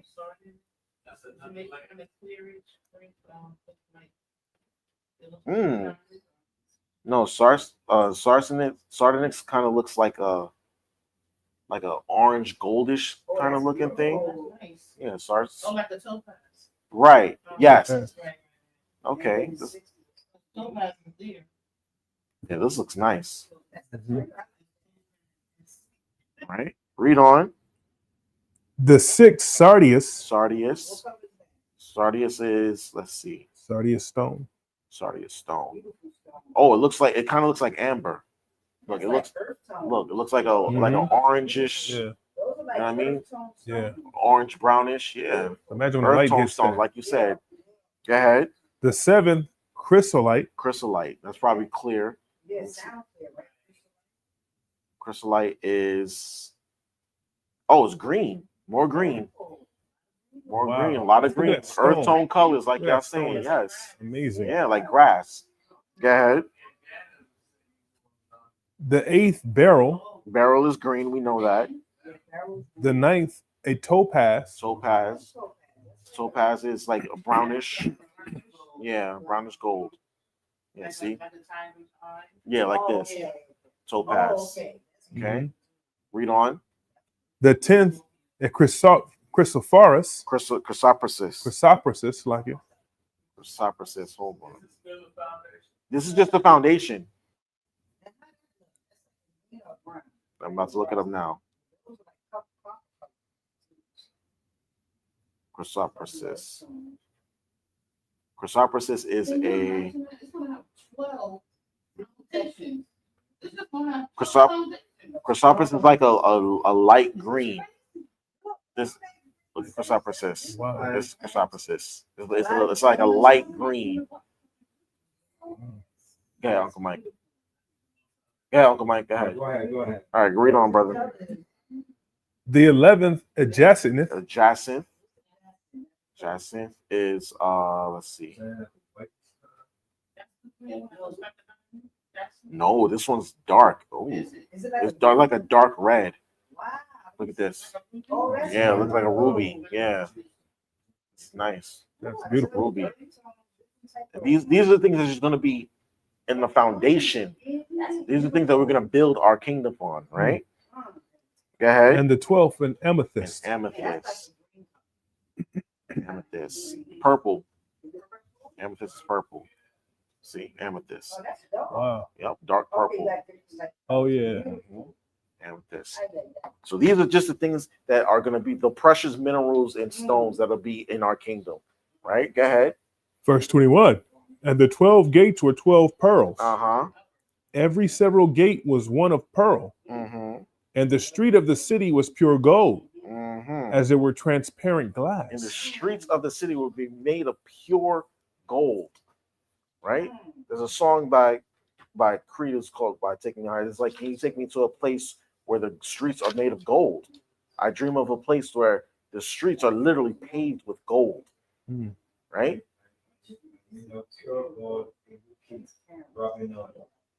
This one. It ain't. Nope. Mm-mm. Mm-mm. Kingdom.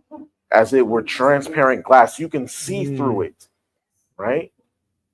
Beautiful. I'm just They- picturing all this like Now imagine there ain't gonna be no potholes in the streets, ain't gonna be cracks in the sidewalk. You know what I mean? No cobblestone, no rats running through.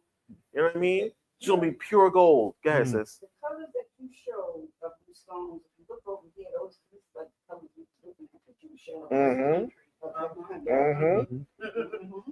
Go ahead.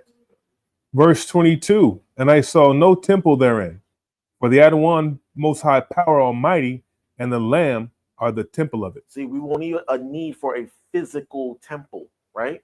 Because the Most High and Yahushua will be with us in the kingdom on the earth, walking amongst us. There's be no need for the temple, right? Go ahead. And the city had no need of the sun, neither of the moon, Mm-hmm. to ahead. shine in it. Right, For the glory of the Most High did lighten it, right. and the Lamb is the light thereof. Now, does that mean that the sun and the moon won't exist? No, exactly. They're still gonna be there. It's just that the city is gonna be so bright and shiny that we kind of won't need it, right? Because we still need the moon for what? Light for seasons. For the feast days, right? And for the seas, right? We still need the moon for the times that we're in, and so will the other nations. They'll need it too, right? But our city's gonna be so bright and shiny. We won't need it. We're gonna know. Okay, it's time. It's new moon time. It's Passover. It's tabernacles. All right. That's how beautiful and glorious our kingdom will be. Read on. Go ahead. For the glory of the Most High did lighten it, and the Mhm. Lamb is the light of And the thereof. Most High and Yahushua is the light, right? He said himself, "I am the light of the world," right? Go ahead. And the nations of them which are saved shall walk in the Uh-huh. light of it. So the nations which are saved, meaning what? That are left over and salvaged, right? Because we're going to need servants on our kingdom. Doesn't mean they're going to be in the kingdom with us. It says the nations which are saved, meaning those that are left over. Okay? All right? Because we're going to need servants. All right? And they're going to look at the kingdom and say, yeah, we want to be there. Right? We got to get right from the outside. They're going to be like, that. We want to get in. Treat us here. Mhm. Right? Go ahead. And the nations of them which are saved shall walk in the light of it. Mm-hmm. And the kings of the earth do bring their glory and honor into it. Right. So they're going to bring their spoils and give us their spoils and say, here's my donation, here's my offering, and this, that, and the third. That's not the only thing they're going to bring back. Oh, what you got? Huh? Right. Uh-oh. Give me Isaiah 49. Uh-oh. Give me Isaiah 49, verse 22 and 23. That ain't the only thing they're going to bring. Right. Bring it on home. It's going to be near and dear to us. This is what they're going to bring us. 49 and 22. Read verse 22 and 23. Reading out the book of Isaiah, chapter 49 and verse 22. Thus saith the Most High Power, Behold, I will lift up my hand to the Gentiles Mm-hmm. and set up my standard to the people. Right. And they shall bring thy sons in their arms, Uh-huh. and thy daughters shall be carried upon their They're shoulders. going to bring us back our babies. Mm-hmm. All right. They're going to bring us our children and say, oh, we didn't even know that they were Israelites here. Right. These are your people. These are your kids. Imagine them bringing our babies back to us. That's what they're going to do. Go ahead. Right. And they're going to do that because they're going to want a blessing. That too. They're going to want something. Mm-hmm. We take you. Uh-huh. That's right. They're going to be bringing our our babies back to us. Mm-hmm. All of our forefathers. Because think about it, right? When they loaded us up on those cargo slave ships, right? They didn't care that they were separating families. So one boat went this way, one boat went that way, with a mother and a child on this boat, and the father and the other child on this boat, and the third child on that boat that went to God knows where. And those people, those children, lived in those areas without their parents for generations after generation after generation, to the point where the kings of those the kings of those countries, when we get into our kingdom, they're gonna know, oh, that was an Israelite baby that's here. We have to bring them back to the kingdom. So they're gonna bring us our children in addition to their offerings. In fact, they're gonna read that. Read on. Read 23. Verse 23. And kings shall be thy nursing fathers, Mm-hmm. and their queens thy nursing mothers. Right. They shall bow down to thee with their face toward the earth, Mm-hmm. and lick up the dust of thy feet, and thou shalt know that I am the Adawan. For they shall not be ashamed that wait for me. So they're gonna bring back our children, and they're gonna worship the ground that we walk on in the kingdom. In the kingdom. All right, because they ain't happening now. They ain't bringing us our children now.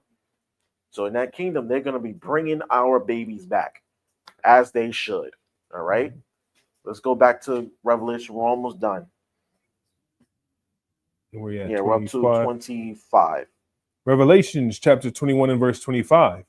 And the gates of it shall not be shut at all by day, Mm-hmm. for there shall be no night there. Right. So the city is going to be open 24/7. Why? Because it will truly be the city that doesn't sleep. All right. Jerusalem will be the city that does not sleep. Y'all can write down Isaiah chapter 60, verse 11. And you can also write down 60 and 11. You can also write down verse 20. 60, yes.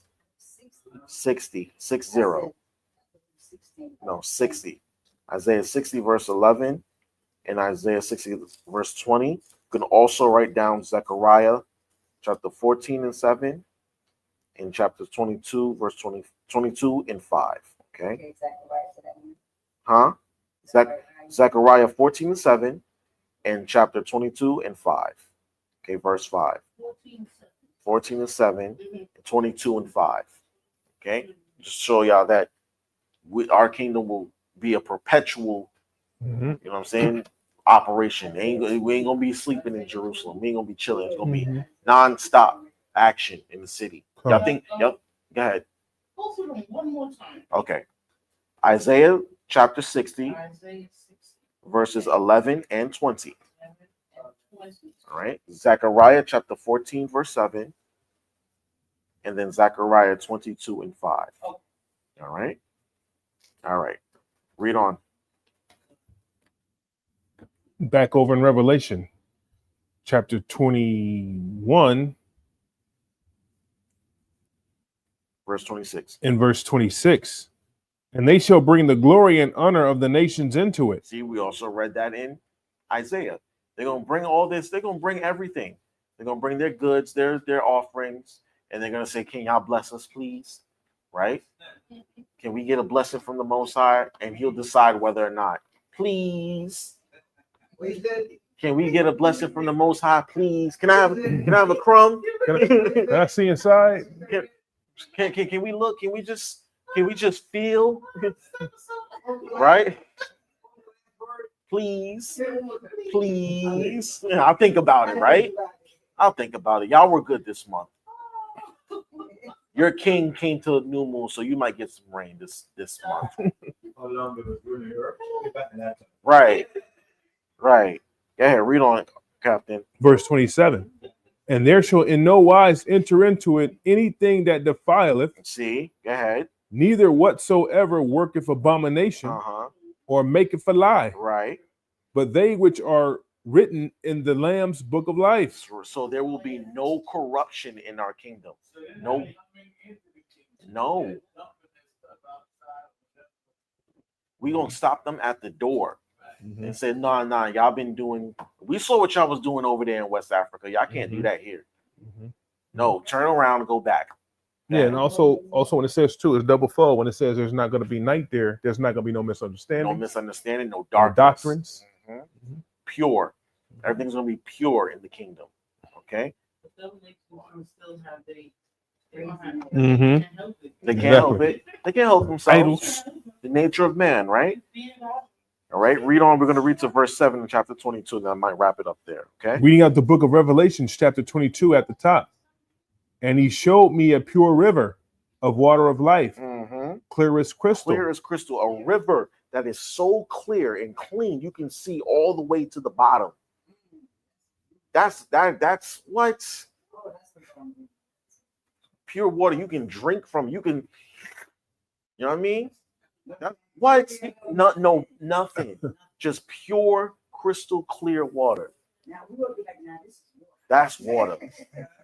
The Sani or whatchamacallit.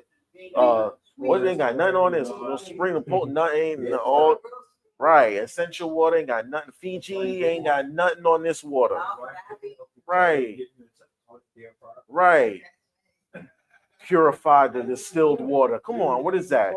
Read on, Captain. Clear as crystal, proceeding out of the throne of the Most High. And it's going to come straight from the throne.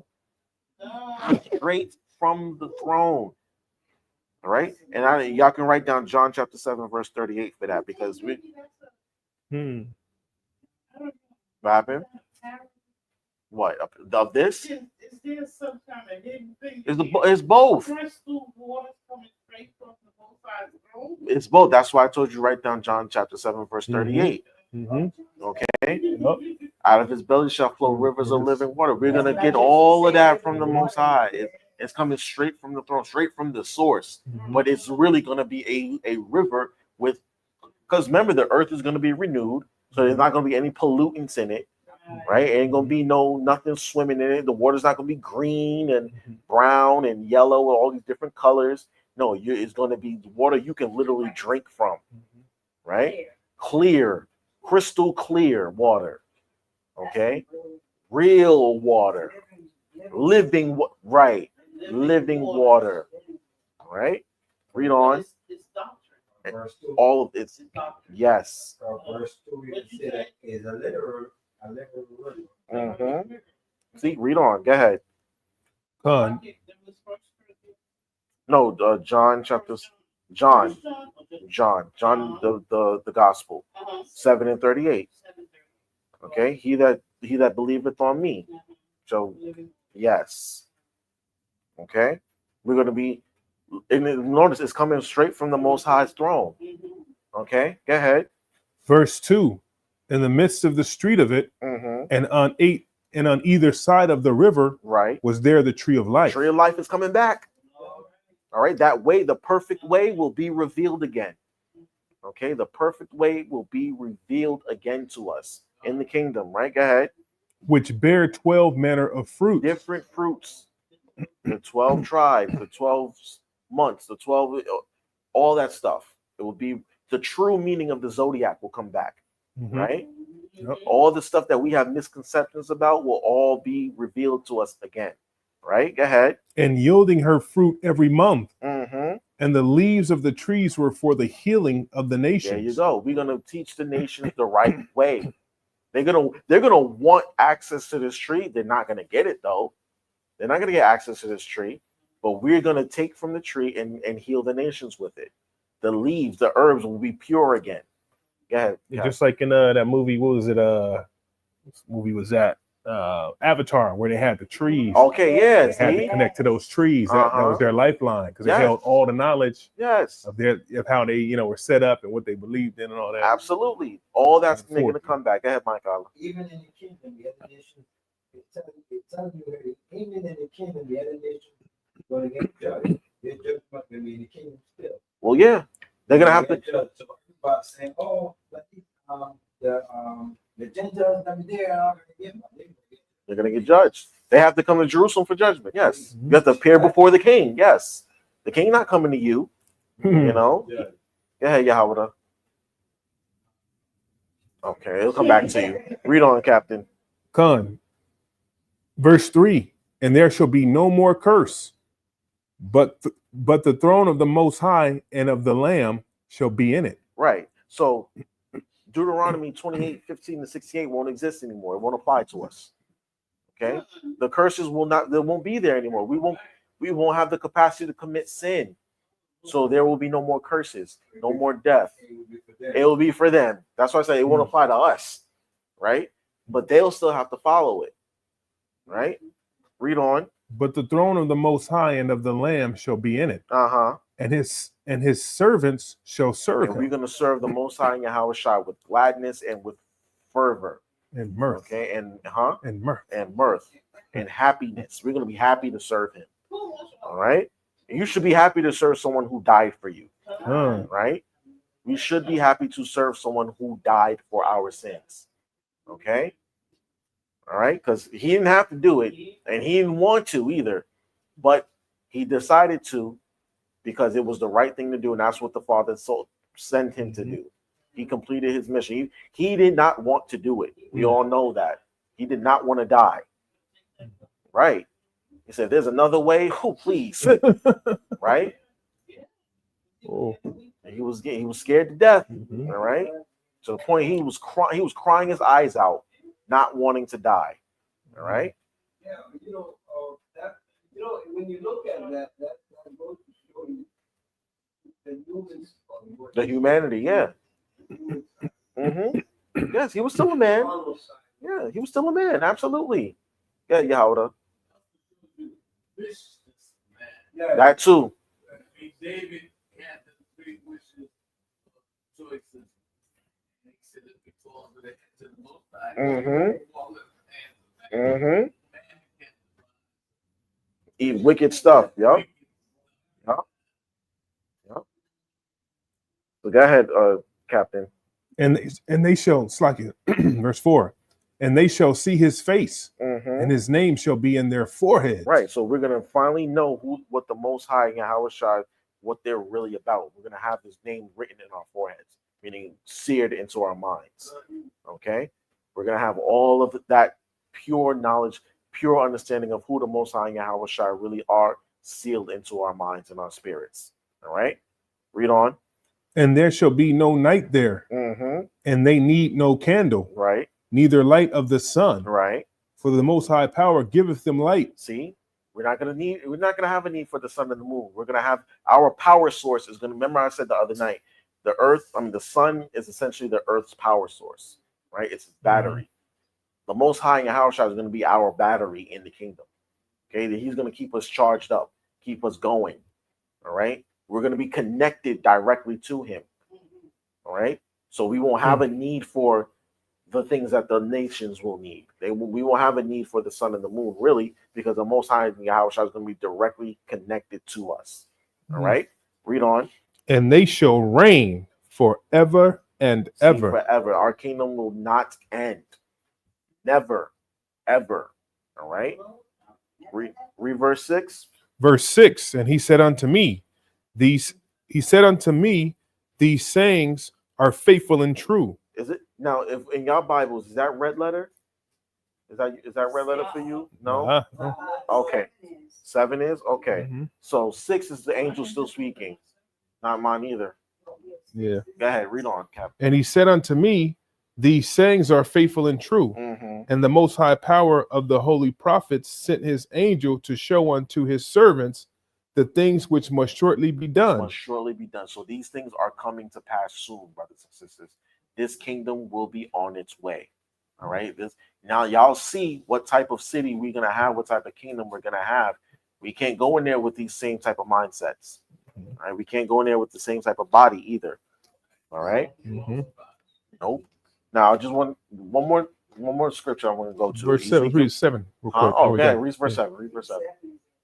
Con. It's in red letter. Yeah. And mine is not either. Mine is. Yours is in red. Are you on your phone too? You have your Bible or the? Okay.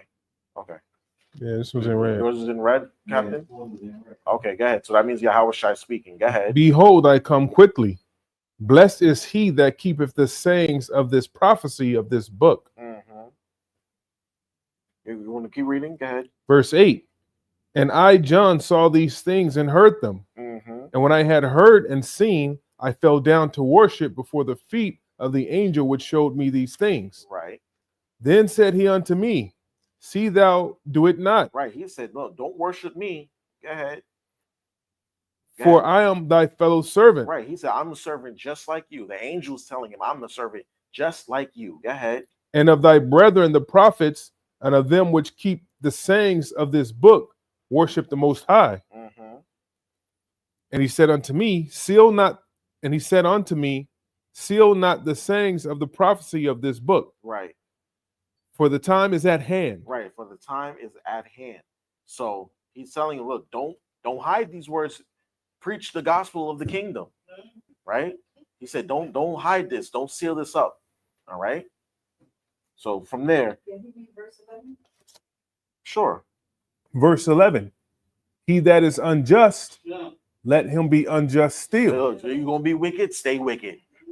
And he which is filthy, let him be filthy still. If you're going to be a low down, dirty Negro, you better stay that way and keep that same energy. And he that is righteous, let him be righteous now, still. If you're going to be righteous, remain righteous. Okay? Keep that righteousness going. All right? Go ahead. And he that is holy, let him be holy still. And he that is holy, let him be holy still. Go ahead. Verse 12, and behold, I come quickly, and my reward is with me, to give every man according as his work shall be. I am. Y'all heard the warning. Go ahead. I am Alpha and Omega, the beginning and the end, the first and the last. And all that was red letter, right? That's Yahushua speaking. Okay. No, I have the same one. It's okay. All right. Now from there, go to Ezekiel 37. I want you to read 21 to 28, and that'll be it. Just to show y'all, just to give y'all a little bit more about the kingdom. Okay, Ezekiel 37, verse 21 to 28. This is after the valley of dry bones was resurrected, and the stick was formed between Judah and Ephraim, and this is the follow through with it. All right. Reading out the book of Ezekiel, chapter 37 and verse 27. No, 21. Slakia, verse 21. Ezekiel 37 and verse 21. and say unto them, thus saith the Most High Power, behold, I will take the children of Israel from among the heathen. From where? From among the heathen. From among the heathen. He's going to gather us from all the different nations on the planet. Go ahead. Whither they be gone, and will gather them on every side, and bring them into their own land. Bring them into their own land. All right, that land is Israel, of course. Go ahead. And I will make them one nation in the land upon the mountains of Yasharallah. Now remember, where was the city of New Jerusalem? Where did they put it? Where did it come out of heaven, and where did this land on top of? Land on top of the mountains, right? Right? Go ahead. And one king shall be king to them all. Who's that king? Yahushua, right? Go ahead. And they shall be no more two nations. No more two nations, right? Go ahead. Neither shall they be divided into two kingdoms anymore at Remember, all. All 12 tribes will be there in unity. What happened? I don't know. They do err not knowing the scriptures nor the power of the Most High. That's all I can say. So you can't be a spiritual Israelite? No. They don't understand, they make up. Right. When you don't understand something, you'll make it up just to fill in the gaps. Right? Fill in the gaps, right? Read on. Verse 23. Neither shall they defile themselves anymore with their idols, nor with their detestable things. Nor with their detestable things, disgusting abominations, right? Read on. Nor with any of their transgressions, but I will save them out of all their dwelling places. Right. Wherein they have sinned. Wherein they have sinned. So all the customs and of the nations that we got caught up in, the Most High is going to save us out of those things. All right. We have to be willing to step away from those things, and then the Most High will say, okay, I'm going to clean you up. All right. Read on. And will cleanse them. So shall they be my people, and I will be their power. See, and that's what he said in Jeremiah 31, right? Read on. And David, my servant, shall be king over them. Now, he said, David, my servant. Who's the offspring and seed of David? Right. David himself is not going to be the king in Israel. Okay. He will not be the king. It will be his son, his seed, his descendant, David. I mean, Yahushua, right? Read on. And they shall, and they all shall have one shepherd. One shepherd. Yahushua said he is the good shepherd, right? Go ahead. They shall also walk in my judgments and observe my statutes and do them. Right. Go ahead. And they shall dwell in the land that I have given unto Jacob, right, my servant, right, wherein your fathers have dwelt. So that's how you know it will be the real descendants of Jacob, because he said, I gave this land to Jacob and your fathers. It ain't gonna be no other people that will be there. So all those people that will rule the kingdom will be Israelites. Where do y'all get this other stuff from? I have no idea. No idea. All right, read on. And they shall dwell therein, even they and their children. And their children. Remember that our children will be brought back to us. Our seed will be brought back to us, right? Go ahead. And their children's children. And our grandchildren. How long? And their children's forever. Forever. All right, forever, right? Go ahead. And my servant David shall be their prince forever. See, he means the house of David. Again, it's going to be Yahushua. David himself will not be king. He'll have a position. Remember, he said, I'll be a doorman for all I care. But he'll have power in the kingdom. Okay? But he's not going to be the king. All right? Go ahead. Moreover, I will make a covenant of peace with them. It shall be an everlasting covenant with them. Right. That covenant is a new covenant, right? Go ahead. And I will place them and multiply them. Right. And will set my sanctuary in the midst of them forever. See, remember, the Most High Yahushua will be with us in the kingdom, and they will be the center of the kingdom. They will be the right smack dab in the middle, right? Read on. My tabernacle also shall be with them. Because they'll be the tabernacle, right? Go ahead. Yea, I will be their power, and they shall be my people. See, he said it again. I will be their power, and they will be my people. Israel will be, not everybody. I will be their power, and they will be my people. Okay, read on. And the heathen, right? Those other nations, right? Shall know that I, the Most High, do sanctify Israel. When my sanctuary shall be. Read that again. I do sanctify who? Israel. Right. I do sanctify Israel. Okay. Not all nations, not everybody. I sanctify Israel. Right? Go ahead. when my sanctuary shall be in the midst of them forever. There you go. And with that, I say shalom. Shalom.